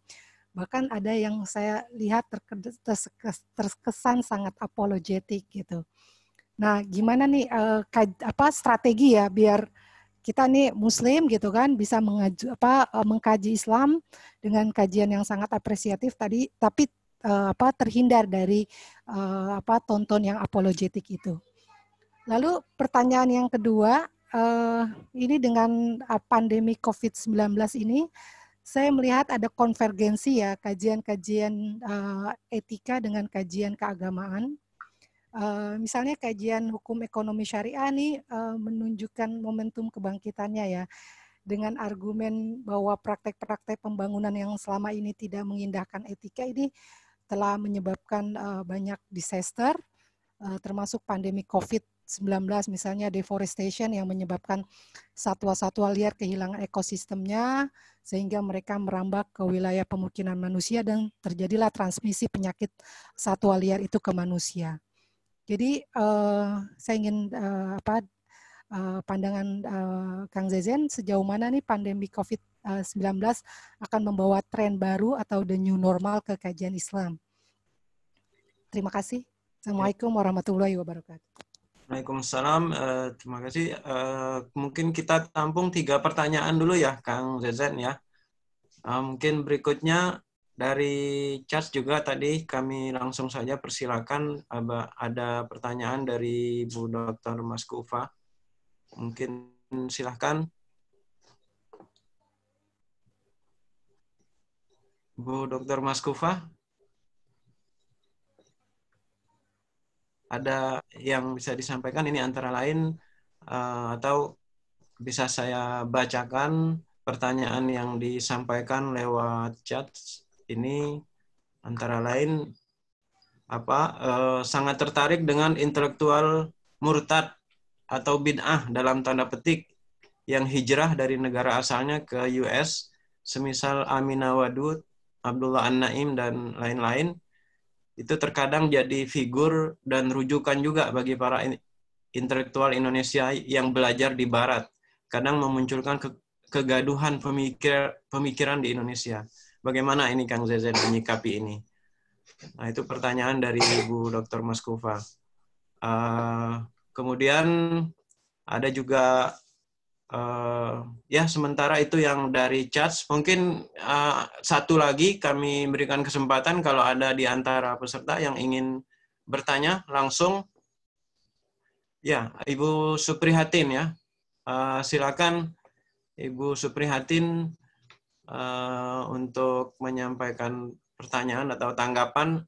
Mungkin audionya diaktifkan dulu, di unmute dulu, silakan Ibu. Terima kasih Bapak Moderator atas waktunya. Assalamualaikum warahmatullahi wabarakatuh. Waalaikumsalam warahmatullahi wabarakatuh. Ya, ini sangat berharga sekali nih kita belajar Islam di Amerika. Ya. Nah, yang ingin saya penasaran Pak, karena ini terkait dengan course saya itu adalah hukum luar. Jadi inti saja barangkali apakah perkawinan yang dilaksanakan oleh umat Islam di sana itu pengakuannya seperti apa Pak? Apakah kalau kita menikah harus dihadiri oleh negara atau terpisah dari negara juga diakui begitu? Itu Pak. Kalau kita di Indonesia kan diwakili oleh KUA kalau Islam kemudian diakui oleh negara. Nah, kalau di Amerika itu seperti apa Pak? Nah, kemudian yang kedua menyangkut Islamofobia, Pak Zezen. Nah, ini kalau menyangkut hukum keluarga Islam, menyangkut surat An-Nisa ayat 34, itu yang ar-rijalu qawwamuna 'alan nisa, yang kemudian kalau dikaitkan dengan gender itu biasanya itu menjadi ada ketidakadilan gender. Konon sebagian menafsirkan seperti itu. Bahkan di Indonesia sendiri kan termasuk kalau kemudian dikerucutkan pada kompilasi hukum Islam adanya pembagian kepala keluarga dan ibu rumah tangga itu menjadi bagian juga ketidakadilan gender. Nah, apakah hal-hal yang seperti itu di Amerika itu termasuk juga yang ditakuti, Pak? Bahwa Islam memberikan dimensi bias gender, gitu, Pak. Terima kasih Pak Jejen dan terima kasih Pak Moderator atas waktunya. Assalamualaikum warahmatullahi wabarakatuh. Waalaikumsalam warahmatullahi. Ya, terima kasih Bu Suprihatin. Bu Suprihatin dari mana ya? Dari Oh ya, mohon maaf Pak, kemarin saya sudah sempat memperkenalkan diri. Saya dari Unisma Bekasi, program studi Ahwalus Syahsiyah, Pak. Unisma Bekasi ya, Unisma Bekasi. Iya, Pak. Baik, ya. Terima kasih. Terima kasih. Sementara ada 3 pertanyaan atau penanggap ini. Selain ada juga ini pertanyaan dari Pak Dr. Abdul Halim. Pak Zezen, mohon diulas sedikit tentang transgender antara hak keluarga dan negara. Ya, tambahan itu pertanyaan. Langsung saja kami persilakan ya Pak Zezen untuk menanggapi beberapa pertanyaan atau tanggapan tadi. Silakan. Terima kasih, pertanyaannya berat-berat. Saya tidak berpretensi bisa menjawab semuanya, karena itu kalau ada nanti dari audien yang juga bisa menjawab, most welcome untuk membantu saya menjawab ini, karena saya berat juga dibombardir pertanyaan. Tapi saya coba menjawab dengan sebisa saya. Saya ingin menjawab dari yang pertanyaan terakhir dari Ibu Suprihatin. Mengenai Islamofobia di Amerika ini memang sebenarnya unik, Ibu. Karena banyak sekali asumsi-asumsi Islamofobia itu sebenarnya yang sangat lemah dan bisa kita balikan dengan sangat mudah. Misalnya salah satu isu yang paling gencar di dalam tradisi Islamofobia itu selalu mengatakan bahwa Islam itu tidak ramah perempuan. Bahwa Islam itu misalnya waktu dulu ada ISIS gencar ISIS, kemudian ada yang diperbudak di kalangan Yazidi, Islam itu mempromosikan perbudakan dan lain-lain. Yang sebenarnya asumsi-asumsinya bukan berdasarkan pada asumsi-asumsi objektif, tapi lebih berdasarkan pada asumsi-asumsi polemik. Polemik itu kayak kontennya sebenarnya nggak ada, tapi yang penting dia bisa berdebat aja. Karena kalau kita misalnya lihat aja tentang isu perbudakan, negara mana di dunia ini yang paling akhir menghapuskan perbudakan? Amerika. Bahkan sampai tahun 80-an di Amerika itu masih ada perbudakan secara real. Bus kulit hitam dan bus kulit putih dipisahkan. Toilet kulit hitam dan toilet kulit putih dipisahkan. Kemudian tentang perempuan, tentang perempuan misalkan Islam tidak ramah perempuan. Dalam prakteknya satu-satunya negara maju yang tidak pernah punya presiden perempuan atau wakil presiden perempuan ya Amerika, sampai sekarang nggak pernah punya. Hillary Clinton kalah karena memang masyarakatnya sampai sekarang nggak bisa menerima kesetaraan gender. Kalau Bapak Ibu lihat sejarah Amerika misalnya, konstitusi Amerika, para founding father Amerika itu nggak ada sama sekali yang perempuan. Kalau kita lihat sejarah di Indonesia atau di negara-negara Muslim, misalnya konstitusi Indonesia disusun oleh misalnya orang seperti Maria Ulfa Santoso, ada 2 atau 3 orang konstitusional yang merumuskan konstitusi misalnya. Saya juga tidak ingin bermaksud menjadi apologetik bahwa Islam lebih baik dari orang-orang Islamofob, tapi saya ingin menempatkan perdebatan ini pada porsinya, bahwa Islamofobia itu asumsi-asumsinya banyak yang hampir semuanya itu berdasarkan pada pendekatan polemik, bukan pada pendekatan bukan pada pendekatan yang objektif. Terkait tentang peranan perempuan yang lebih berperan misalnya di antara perempuan dianggap tidak punya peranan yang lebih penting di dalam dibanding laki-laki di dalam tradisi Islam.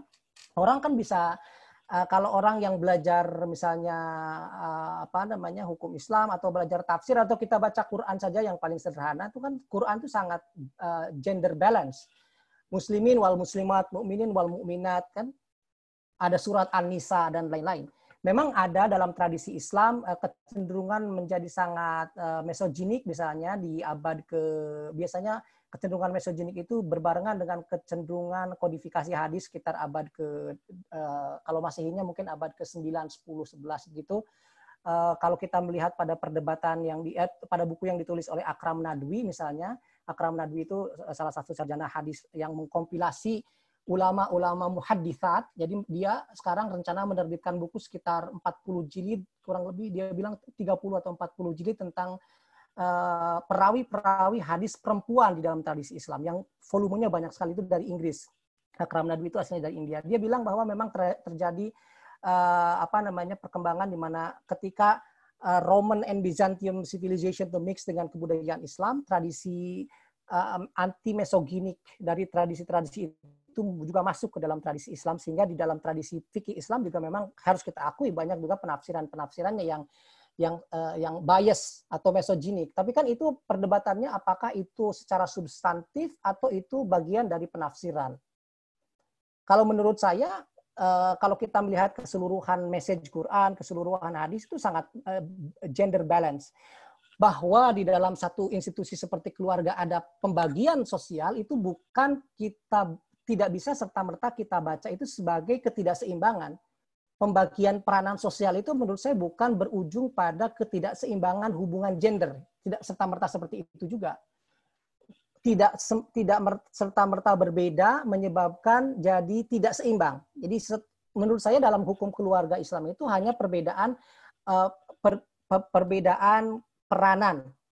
Dan jangan lupa juga kita harus misalnya juga konekkan atau hubungkan tentang peranan perempuan di dalam keluarga itu dengan kewajibannya. Misalnya perempuan warisannya lebih sedikit karena perempuan tidak perlu membayar mahar.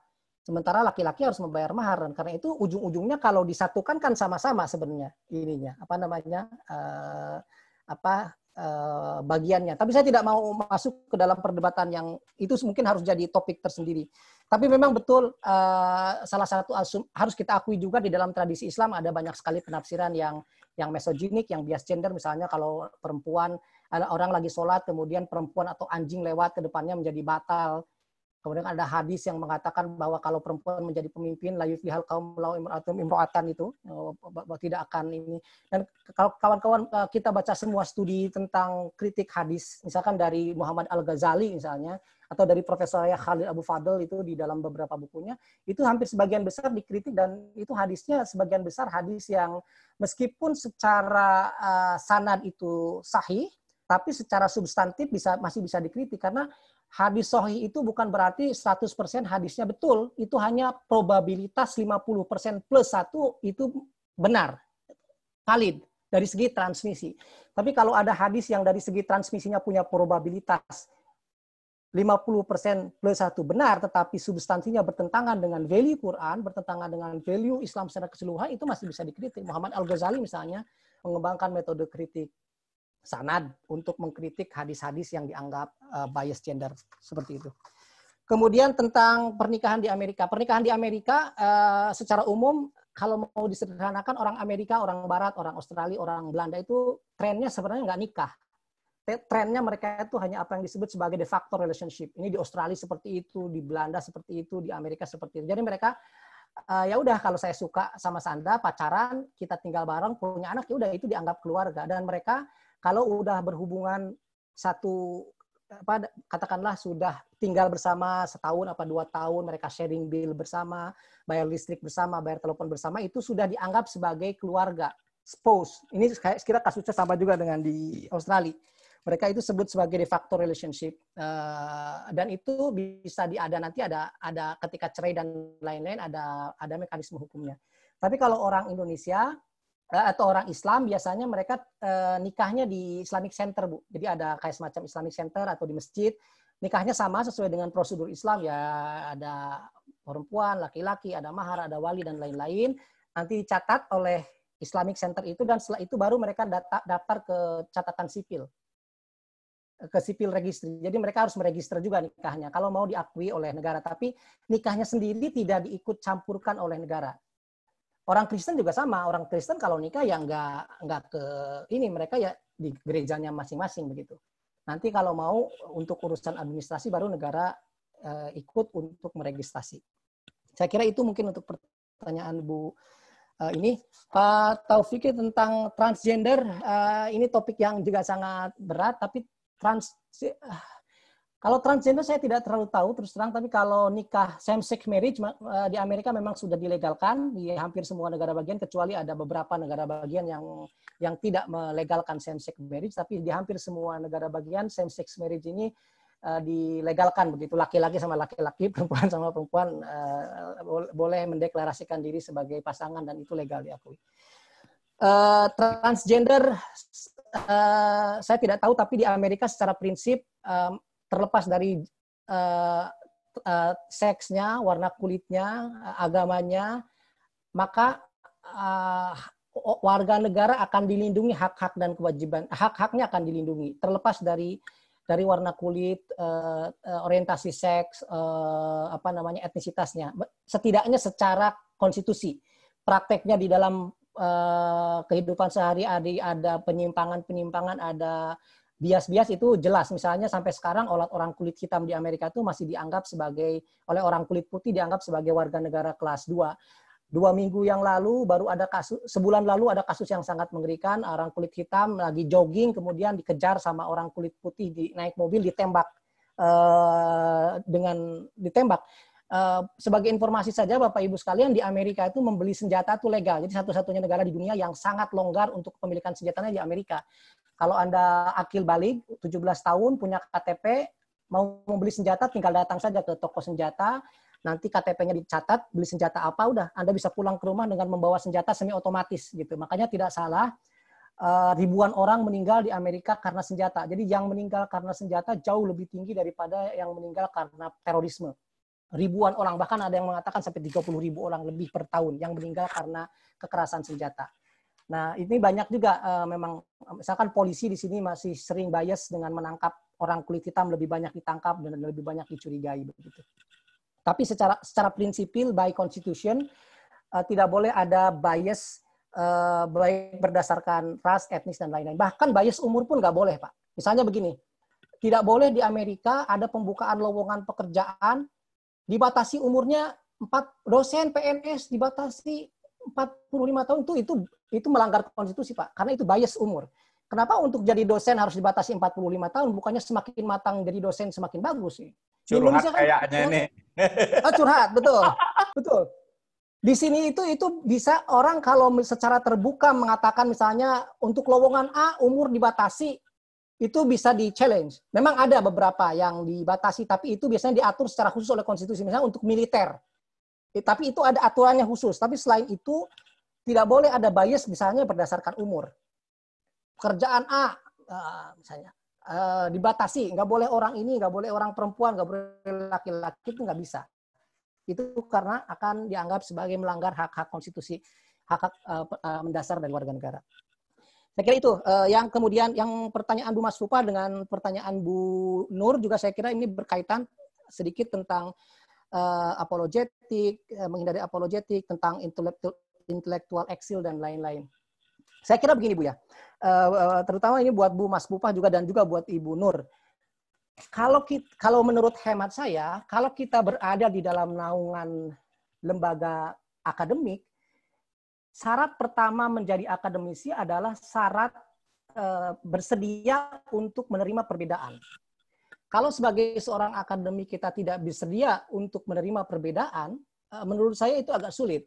Perbedaan itu menurut saya se-ekstrim apapun, kalau itu masih dikerangkeng di dalam kerangka akademik, kita harus bisa terima sepahit apapun. Jadi kalau menurut saya, tidak bisa orang gara-gara misalnya pemikirannya berkesimpulan A dari hasil riset yang serius, dari hasil penelitian dia yang serius, dia punya kesimpulan A, dan kemudian kita bid'ahkan, kita kafir-kafirin, menurut saya nggak bisa. Kalau seperti itu, menurut saya posisi kita bukan posisi akademis. Nah, cuman memang ada masalah di Indonesia, karena posisi akademis dengan posisi teologis itu menyatu. Nah, itu problemnya kadang-kadang. Saya ini sebagai dosen yang harus akademis, atau sebagai kiai nih, posisi saya nih. Misalnya begini, tadi disebut Ibu Aminah Wadud. Ibu Aminah Wadud itu, Ibu bapak-bapak tidak eksil. Aminah Wadud itu asli orang Amerika. Bahkan sekarang dia eksilnya ke Bogor karena beliau ini udah hampir 15 tahun lebih tinggalnya di Bogor, tidak di Amerika, tinggalnya di Pamulang, di Bogor begitu. Beliau tinggal di sana. Tentang imam perempuan misalnya. Kalau kita mau membaca detail tentang diskursus tentang imam perempuan kan juga sangat kaya misalnya. Memang betul bahwa dia mendasarkan pandangan-pandangan fikihnya kepada pandangan-pandangan Sauri dan Tobari yang memang mazhabnya sudah punah gitu ya. Yang membolehkan imam perempuan tapi dengan syarat dia yang paling alim, bacaan Qur'annya yang paling bagus, yang paling mumpuni di kelasnya lah gitu.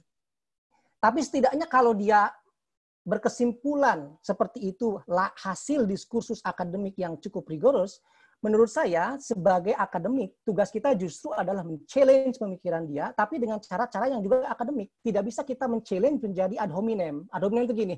Karena kita tidak bisa men-challenge dia secara akademik, kita bilang, oh dia mah dasarlah orang kafir, udah nggak usah ditanggapin.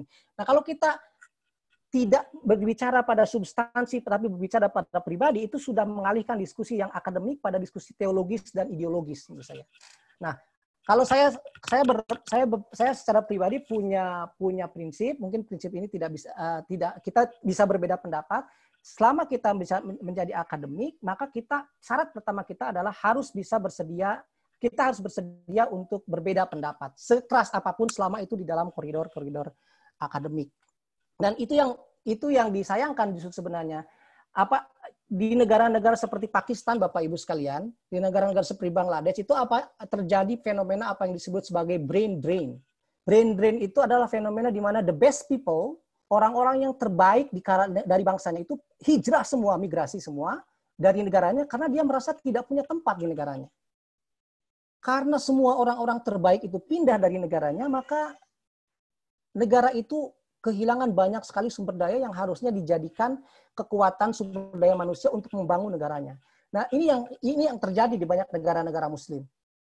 Ini yang terjadi di Mesir. Mesir nggak terlalu parah sebenarnya, tapi tahun 80-an, 90-an atau 80-an itu kan terjadi di Pakistan misalnya. Karena perdebatan tentang sembelihan ayam, Fajlur Rahman harus kabur ke Amerika. Kan salah satu perdebatannya tentang apakah boleh atau tidak sembelihan ayam memakai mesin misalnya. Jadi perdebatan fikih itu sampai dibid'ahkan misalnya, sampai dikafir-kafirkan. Nasir Hamid Abu Zaid, Anaim dan lainnya itu menurut saya masih di dalam koridor-koridor akademis dan mestinya sebagai sarjana tugas kita adalah kalau kita nggak setuju dengan mereka challenge dan runtuhkan argumen-argumennya dengan argumen-argumen akademis. Kalau kita bisa meruntuhkan argumen mereka dengan argumen-argumen akademis, itu akan lebih dijaya kepada kita sebagai akademisi daripada kita kemudian mengalihkan kritiknya pada kritik pribadi atau kritik non-akademis. Itu pendapat saya, Ibu. Saya mohon maaf kalau ini. Nah, ini mohon maaf. Ini juga terkait dengan tadi pertanyaan dari Ibu Nur tentang apologetik itu. Memang tugas sarjana Islam yang orang Islam mengkaji tradisi Islam itu memang lebih berat daripada orang Barat yang mengkaji Islam dari segi objektivitas. Karena kita yang Muslim ini, kadang-kadang ketika kita membaca teks, kadang-kadang kita membaca tradisi itu, kita selalu dipenuhi oleh prasangka-prasangka, oleh asumsi-asumsi bawaan yang sudah mengendap di dalam alam bawah sadar kita. Nah memang kita sebagai sarjana, menurut saya mau tidak mau satu-satunya cara agar kita bisa seminimal mungkin mengecilkan subjektivitas kita, ini hanya usaha. Karena apa? Karena orang yang objektif sekalipun, kalau kita melihatnya dari perspektif sosiologi pengetahuan misalnya, ya mereka juga tidak lepas dari kepentingan. Semua orang pasti akan terikat oleh interest gitu ya. Tapi bagaimana caranya kita sadar akan ada interest itu dan bagaimana kita menghindari adanya bias atau kepentingan-kepentingan itu di dalam kajian-kajian kita. Ya mau tidak mau salah satu caranya adalah kita berpegang pada metodologi sains, metodologi penelitian yang benar. Yang kedua, kita harus terbuka atas kritik karena kalau metodologi sains itu kemudian diajarkan menjadi satu yang tertutup, maka itu telah merubah sains menjadi ideologi. Ideologi itu kan cirinya tertutup, dia tidak bisa dikritik, dia tidak bisa dirubah, difalsifikasi lah.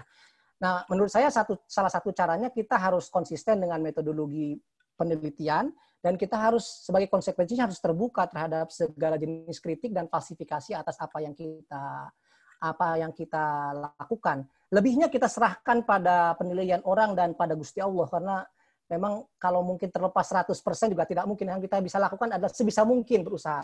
Entoh orang yang mengaku dirinya sebagai super objektif pun dia tidak lepas dari bias kepentingan kalau kita pakai perspektifnya sosiologi pengetahuan begitu. Tentang COVID memang menarik ini. Saya kira ini justru buat orang-orang di UIN atau orang-orang di Fakultas Syariah harus menjadi lahan penelitian yang cukup serius, karena kalau kita lihat misalnya Black Death di Eropa abad ke-16 ke-17 itu menghasilkan Aufklärung atau pencerahan, dan kemudian memunculkan banyak sekali para filosof dan pemikir-pemikir Eropa yang merevolusi peradaban manusia. Semoga tidak sejelek Black Death ya, tapi mestinya krisis ini adalah momen di mana kita sebagai ilmuwan atau sebagai akademisi bisa merefleksikan diri kita dan merenung diri kita dengan tradisi yang kita punyai tentang apa kira-kira trajektori yang akan kita idealkan ke depan setelah lewat dari masa pandemi ini. Nah, tentu saja ini menarik tentang kajian bagaimana misalnya bisa mengkoneksikan, menggabungkan antara pendekatan-pendekatan etika lingkungan di dalam hukum Islam dengan kajian-kajian hukum Islam. Hak asasi manusia dan kajian-kajian lingkungan itu satu model kajian atau satu pendekatan yang saya kira memang sudah tumbuh tapi belum banyak dieksplorasi. Jadi sebagaimana Mbak Nur tadi bilang, bagaimana kita bisa mengkoneksikan misalnya etika lingkungan di dalam Al-Quran dengan model pembangunan secara keseluruhan. Al-Quran kan bilang tentang la tufsidu fil ardi ba'da islahiha dan lain-lain. Jangan kau membuat kerusakan dan lain-lain. Nah, tugas kita memang memformulasikan itu agar itu menjadi satu model trajektori akademik yang lebih jelas dan lebih sistematis ke depan.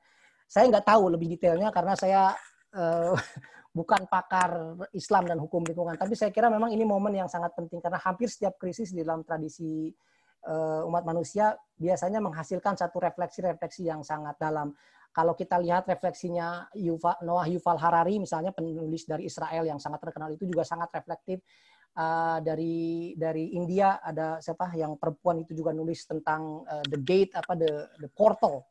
Jadi krisis ini sebagai portal kita untuk masuk ke dalam satu model trajektori baru kemanusiaan juga sangat bagus saya kira sebagai sebuah refleksi.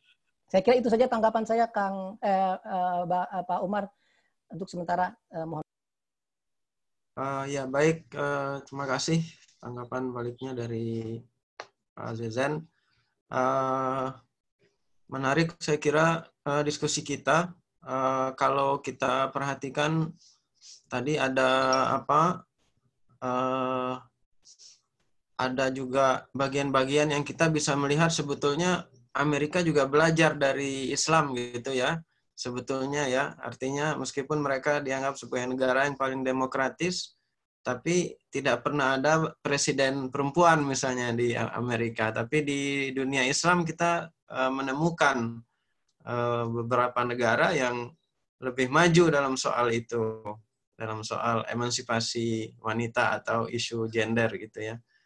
Nah ini ada Pak Nur Yamin, ada angkat tangan kayaknya, raise hand kayaknya ya, ada ingin memberikan tanggapan. Kami persilakan Pak Nur Yamin, tafadhol. Oke, makasih Pak Umar. Bang Jejen gitu. Saya sih kenal Bang Jejen udah lama gitu karena bersama saya dulu belajar Khalid Abu Fadl gitu ya. Karena skripsinya masih ada di rumah saya.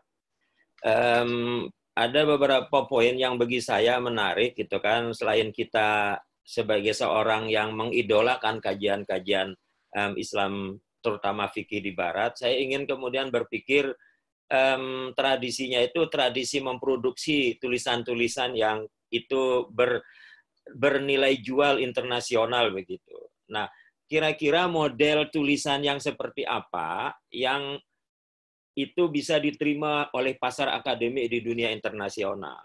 Karena ada kesulitan dari keluhan teman-teman itu untuk memasarkan tulisan dia dengan gaya berpikirnya di ala orang-orang di UIN atau IAIN atau STAIN di Indonesia ini. Artinya kalau kita mau masuk ke pasar internasional di dunia akademik, kita harus ikut rumus mereka, kita harus kemudian logika pasar akademik mereka. Saya kira itu perlu, paling tidak Jejen bisa berbagi cerita gitu loh ketika mencoba menjual ide-ide dia itu ke publikasi. Itu yang pertama. Kemudian yang kedua, mungkin ini catatan buat kita semua. Lembaga pendidikan Islam kita ini sebetulnya apakah layak disebut lembaga pendidikan atau lembaga agama, lembaga dakwah. Kenapa? Karena saya ingat betul Azumadi Azra itu dulu kalah dengan tekanan oleh Elena Handoko. Ketika sejumlah dosen UIN mengajar di Sekolah Tinggi Teologi Apostolos, termasuk saya, Azumadi itu harus kemudian meminta sejumlah orang, termasuk Amsal Bahtiar, lalu kemudian Nurul Fajri almarhum, lalu kemudian banyak teman-teman yang lain. Nah, saya kira kuatnya pendekatan atau prinsip-prinsip ideologi di dunia Islam, di lembaga pendidikan Islam, apa itu juga menjadi satu kekuatan yang mematikan kajian Islam yang kritis pada saat kita mau mempelajari hukum Islam. Makasih, itu 2 poin yang mungkin perlu, terutama yang pertama dari Bang Jejen. Ya, itu tadi dari Pak Nur Yamin, ada tanggapan atau juga ada pertanyaan di situ. Silakan Kang Zezen memberikan jawabannya. Terima kasih Pak Nur Yamin. Ini beliau ini pembimbing saya selama skripsi. Saya dulu berjibaku nulis Khalid Abu Fadl pakai bahasa Inggris semua sama bahasa Arab. Alhamdulillah bisa belajar langsung sama yang di skripsi ini. Berkat beliau, terima kasih banyak Pak Nur. Pertanyaannya berat. Saya ingin coba ungkap sedikit tentang fenomena yang terakhir. Bagaimana saya masih ingat itu tentang dosen-dosen UIN yang diminta mengajar di STF atau di Apostolos, kemudian diprotes dan akhirnya tidak jadi terus begitu. Ini justru fenomena yang unik. Mungkin hanya unik di Indonesia, karena kalau di negara Barat justru kalau kita ingin ahli hukum Islam atau ahli Islam, maka mereka akan mencari orang Islam atau orang yang ngerti benar-benar atau orang yang benar-benar ngerti hukum Islam, tapi lebih diprioritaskan orang Islam yang ngerti Islam. Makanya banyak sekali orang-orang kayak Ibrahim Musa misalnya, atau orang-orang kayak Ahmad El-Syamsi gitu ya. Memang dia ngajarnya justru di lembaga-lembaga Kristiani, karena orang-orang Kristen itu ingin ada pandangan dari orang Islam sendiri yang bicara tentang Islam. Jadi lebih baik kita belajar Islam pada orang Islam daripada saya belajar Islam pada orang yang bukan Islam. Asumsinya kan seperti itu. Tapi di Indonesia malah kalau orang Islam mengajar gitu ya di lembaga Kristiani malah dianggap menjual akidah atau apalah, saya nggak tahu, sehingga kemudian waktu itu diprotes. Tapi kecenderungannya justru di sini, itulah kenapa banyak sekali migrasi para pemikir-pemikir Muslim ke Amerika, itu karena memang mereka ingin mencari the best people for the best position. Misalnya untuk banyak sekali posisi di Amerika untuk posisi profesor, mereka buka itu secara terbuka kepada semua orang dan orang dari seluruh dunia bisa daftar. Itulah kenapa banyak belakangan posisi-posisi Islam masuk di orang-orang Islam masuk di dalam lembaga-lembaga Kristen, lembaga-lembaga sekuler, tapi yang memang membutuhkan ahli-ahli hukum Islam. Nah, dilemanya begini memang Pak Nur dan kawan-kawan sekalian. Itu tadi dilemanya, apakah orientasi UIN ini apakah mau dijadikan sebagai lembaga akademik atau lembaga dakwah. Ini sebenarnya model Harvard agak bagus nih, Harvard. Meskipun ya di copy juga di beberapa di tempat lain.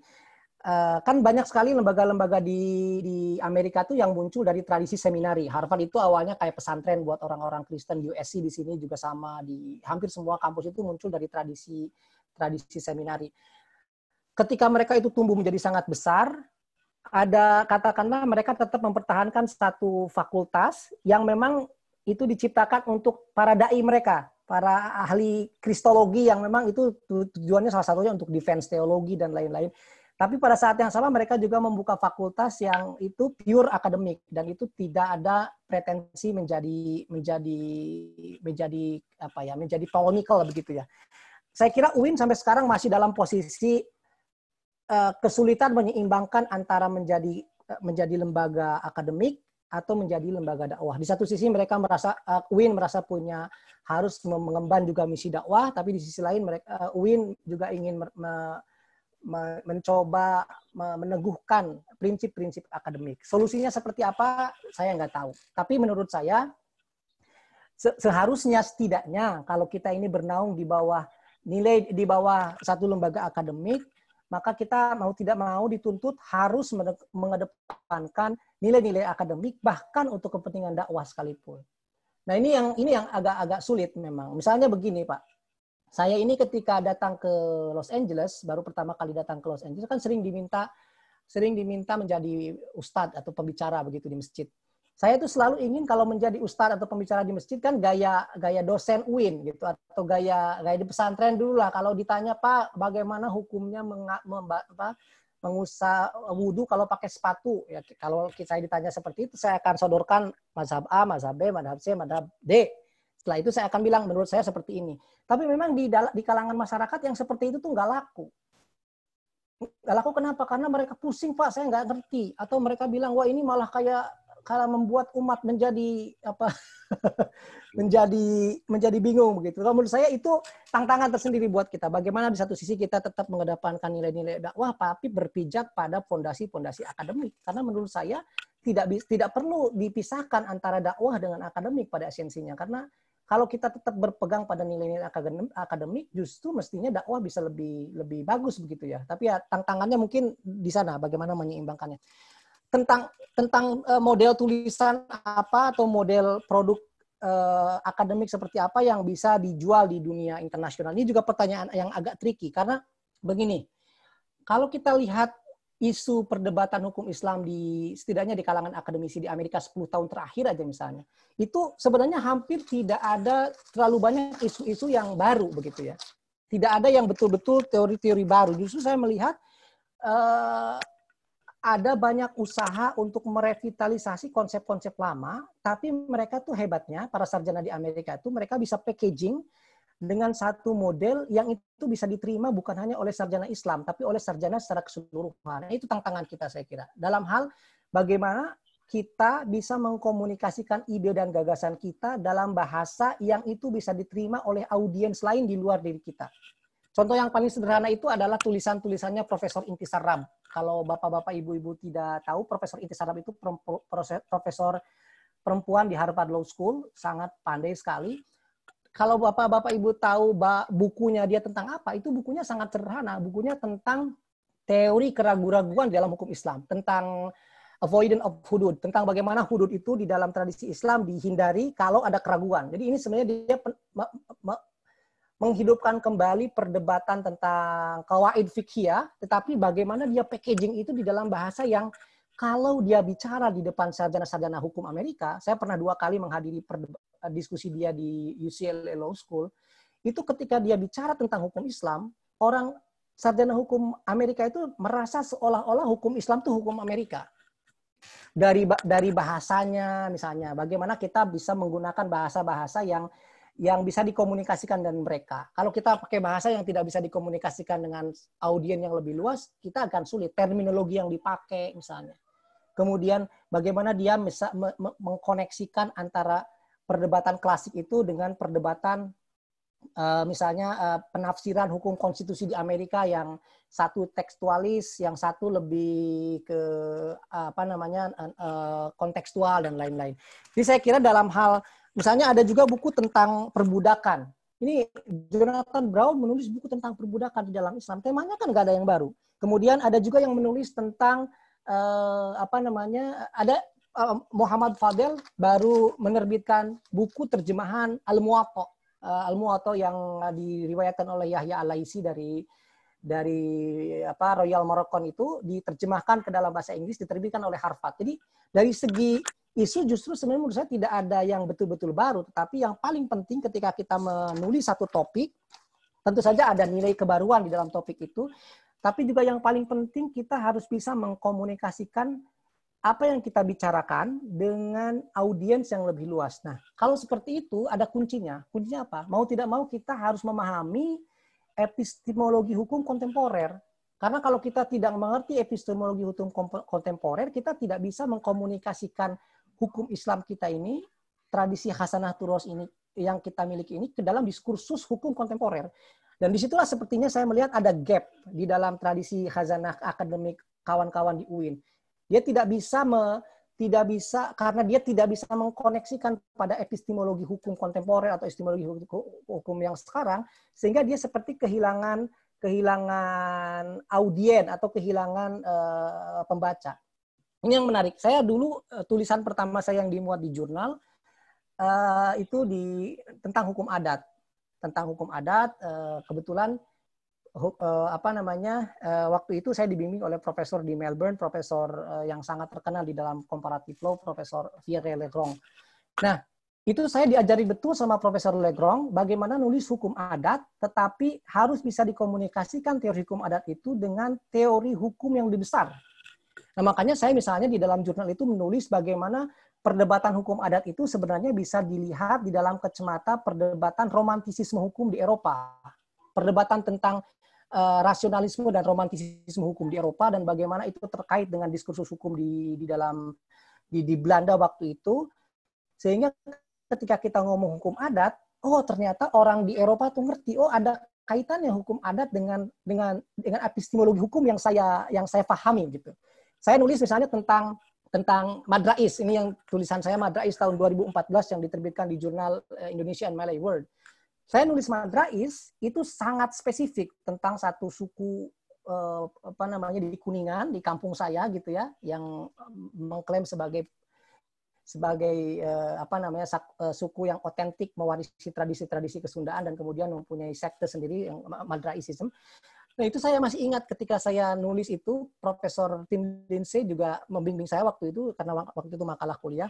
Juga yang paling penting adalah bagaimana kita bicara konteks yang sangat spesifik tentang Madraisism di Kuningan, tetapi di dalam diskursus besar tentang minority right, misalnya. Jadi kita harus spesifik pada satu sisi, tapi pada sisi yang lain bagaimana kita bisa mengkoneksikan yang spesifik itu pada diskursus epistemologi hukum yang lebih besar, sehingga kita bisa berdiskusi dengan audiens yang lebih besar, bukan hanya audiens yang kita-kita aja gitu ya. Kadang-kadang kalau kita-kita aja kan jadinya sangat repot gitu. Saya nggak tahu apakah itu menjawab pertanyaan Pak Nur ya, tapi saya kira itu mungkin tanggapan sementara dari saya, Pak Nur. Ya, makasih. Ya, baik. Terima kasih tanggapan dari Pak Zezen.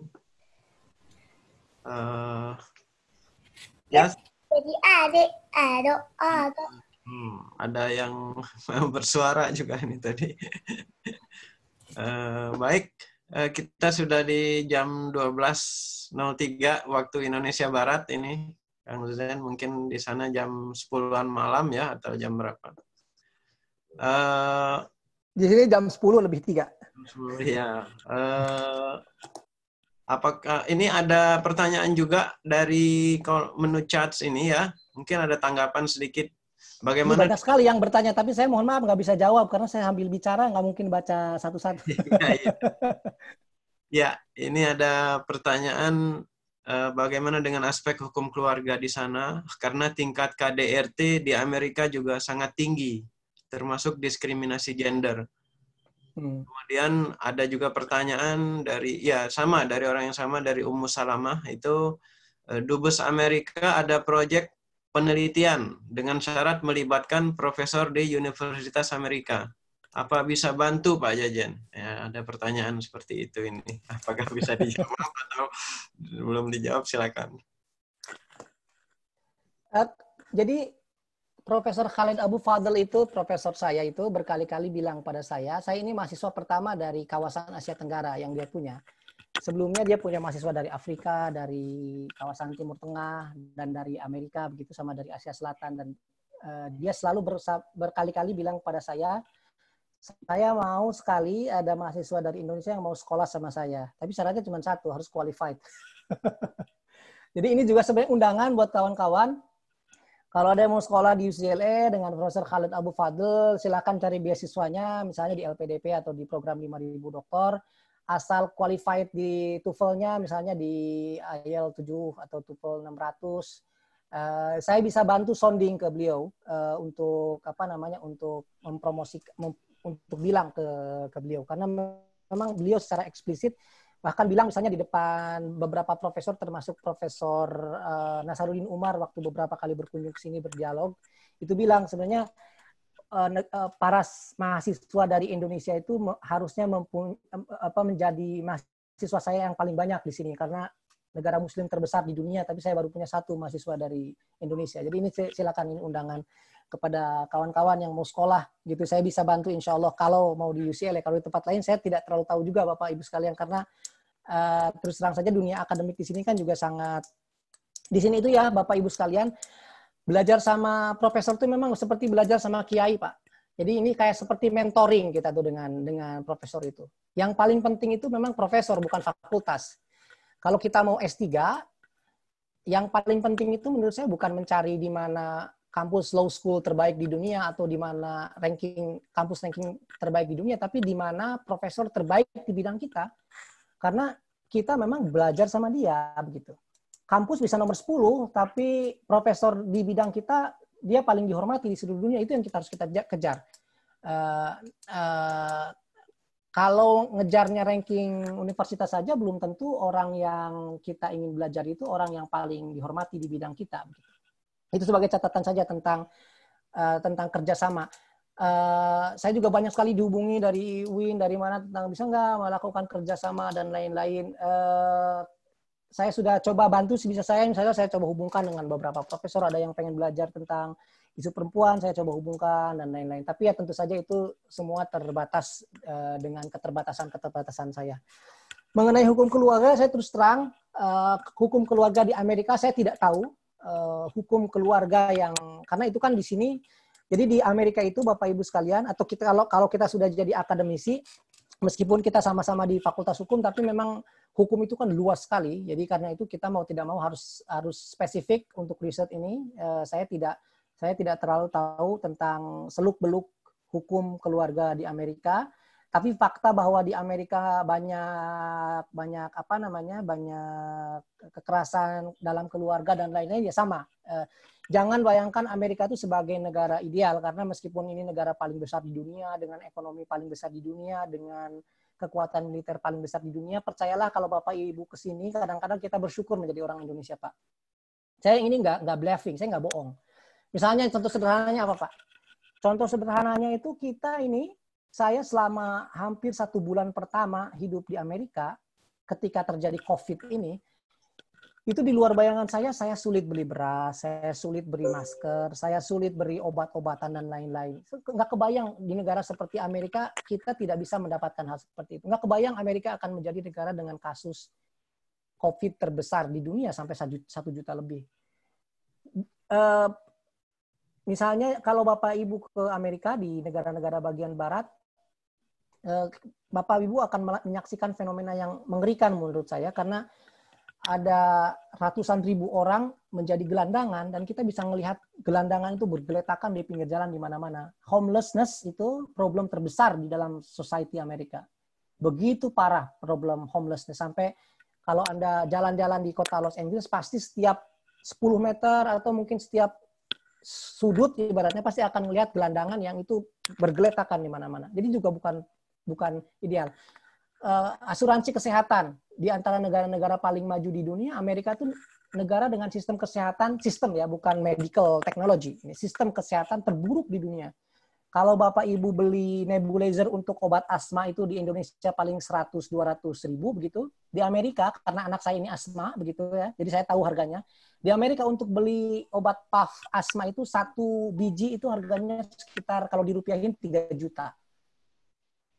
Asuransi kesehatan terburuk di dunia. Makanya Obama sempat ingin mereformasi total sistem kesehatannya dengan membuat Obamacare dengan universal health. Tapi tetap itu ditolak oleh kelompok-kelompok konservatif. Jadi Amerika memang negara dengan ekonomi terbesar, negara dengan militer terbesar, negara dengan kampus-kampus terbaik di dunia, tapi percayalah tidak semuanya juga bagus begitu. Ada juga kekurangan-kekurangannya.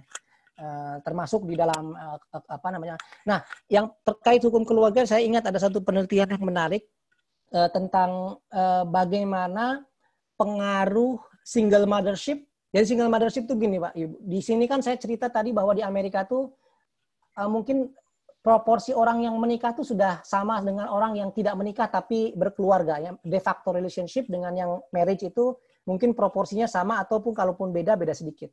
Nah, banyak fenomena orang yang cerai, jadi suaminya kan kalau nggak nikah ya nggak cerai dong, yang pergi aja gitu ya. Udah saya putus ya udah putus, terus anaknya dia urus sendiri. Nah, itu memang ternyata sangat berpengaruh terhadap gun violence. Jadi ada penelitian yang menghubungkan antara fenomena gun violence, kekerasan senjata, karena di sini kan senjata bisa dibeli di mana aja, dengan single mothership atau single fathership. Nah, itu ternyata penyebabnya adalah karena rusaknya sistem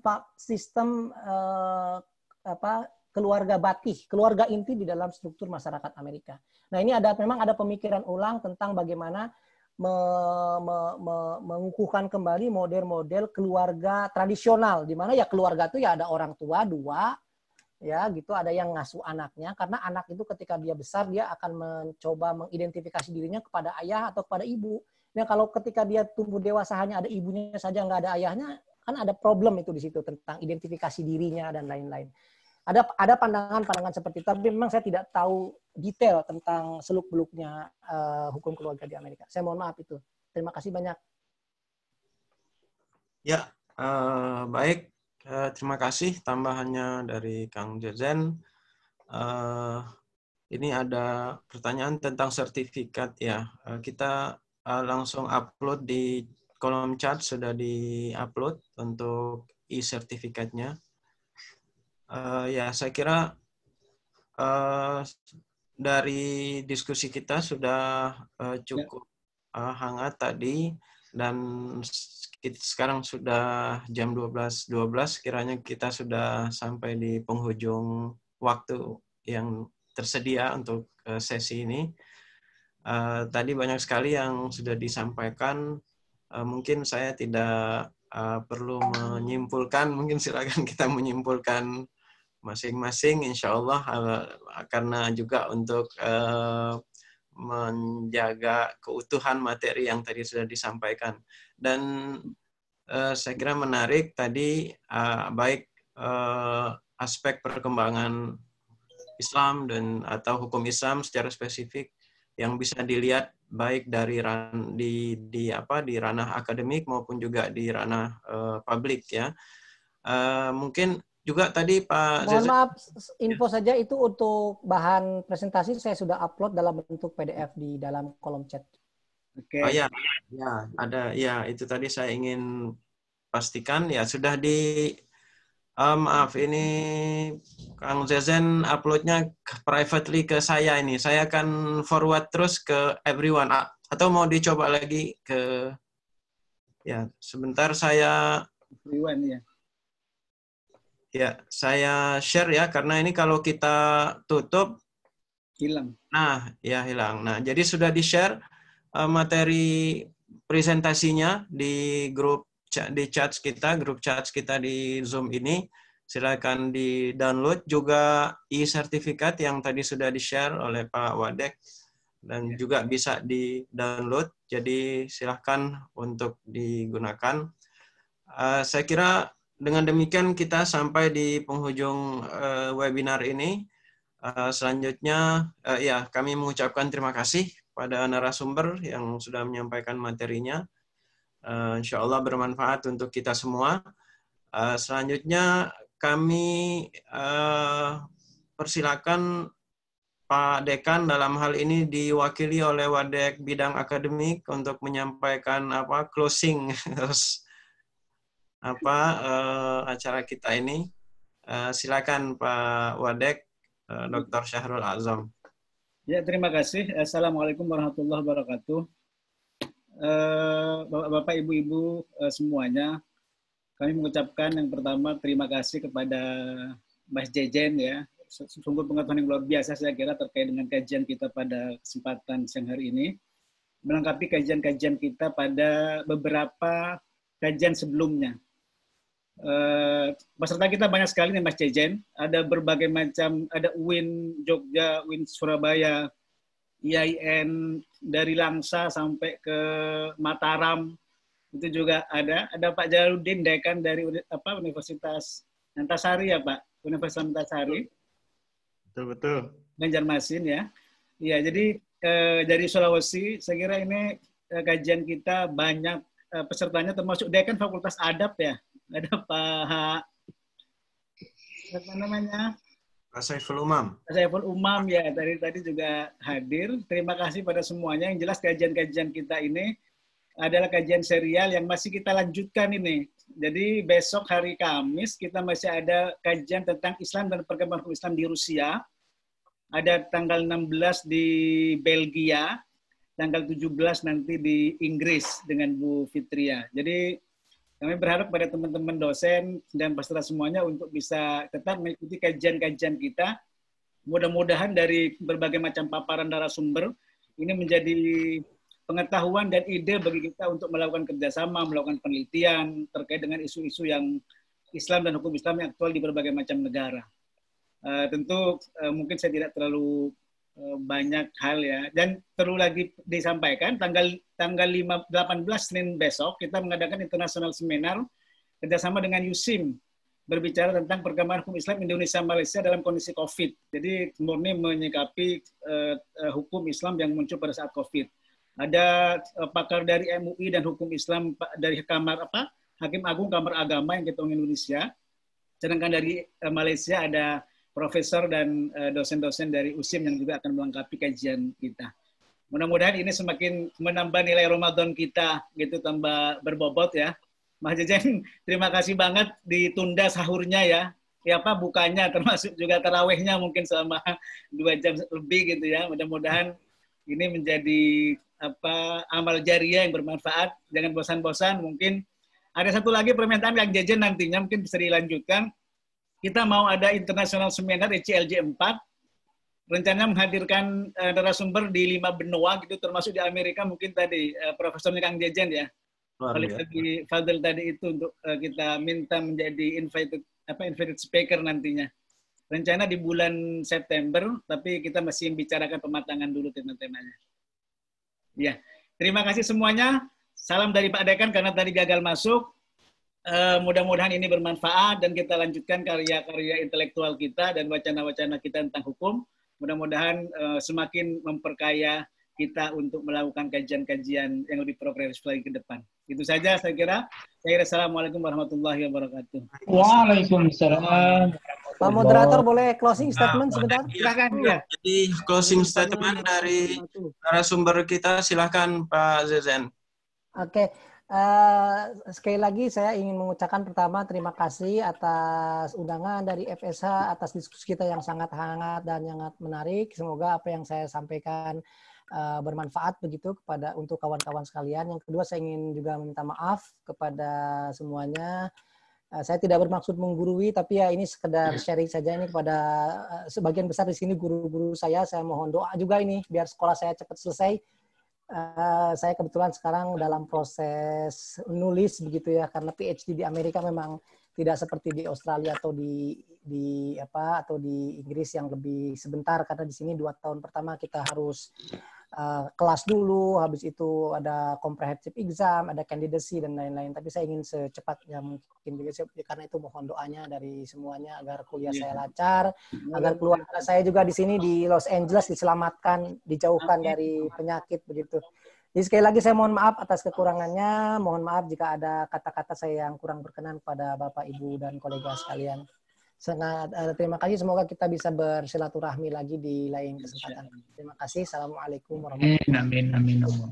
Waalaikumsalam warahmatullahi wabarakatuh. Baik semuanya. Ya nih. Terima kasih. Temannya narasumber Pak Zezen. Mengucapkan terima kasih. Iya, setia. Sumber kepada semua peserta yang sudah berpartisipasi, pada Pak Dekan yang di dalam hal ini diwakili Pak Wadek 1. Terima kasih semuanya, semoga apa yang kita dapatkan bermanfaat buat kita. Demikian kami akhiri serial diskusi kita ini. dengan mengucapkan hamdalah dan Alhamdulillah. Alhamdulillahirrahmanirrahim. Allahumma Allahumma wa bihamdika asyhadu an la ilaha illa anta taqabbalallahu minna wa minkum siyamana wa siyamakum. Allah ya Rabbal Alamin. Assalamualaikum warahmatullahi wabarakatuh. Waalaikumsalam warahmatullahi wabarakatuh. Semuanya. Allahumma lakasumtu. Belum. Oh, belum. Sama. Ini bukan break fasting, lebih break. Belum terawih tuh. Kalau di Amerika sudah break fasting ya. Ini saatnya makan malam. Mari semua. Saya pamitan ya Bapak Ibu sekalian. Mohon maaf. Assalamualaikum. Silakan. Oke. Taufiki, masykur. Sukses semuanya insya Allah. Ya Pak Wadek, Amin. ini saya sudah backup mungkin beberapa yang tidak dapat mendownload e-certificate dan materinya bisa saya sampaikan via WA. Silakan. Baik. Lewat WA saja Pak Omar, lihat PDF jadi lebih mudah. Ya silakan nanti di WA Wapri. Ya. Ini masih ada yang mau masuk. Ya, saya lift ya. Ya silakan. Saya juga duluan ya. Ya. Assalamualaikum. Waalaikumsalam warahmatullahi wabarakatuh. Oke, pamit. Assalamualaikum warahmatullahi wabarakatuh. Diskusi lagi. Masih Lihatnya ada? di mana? Lihatnya infonya di mana? Mungkin ada diskusi lagi mau ikut dari Winsa Surabaya.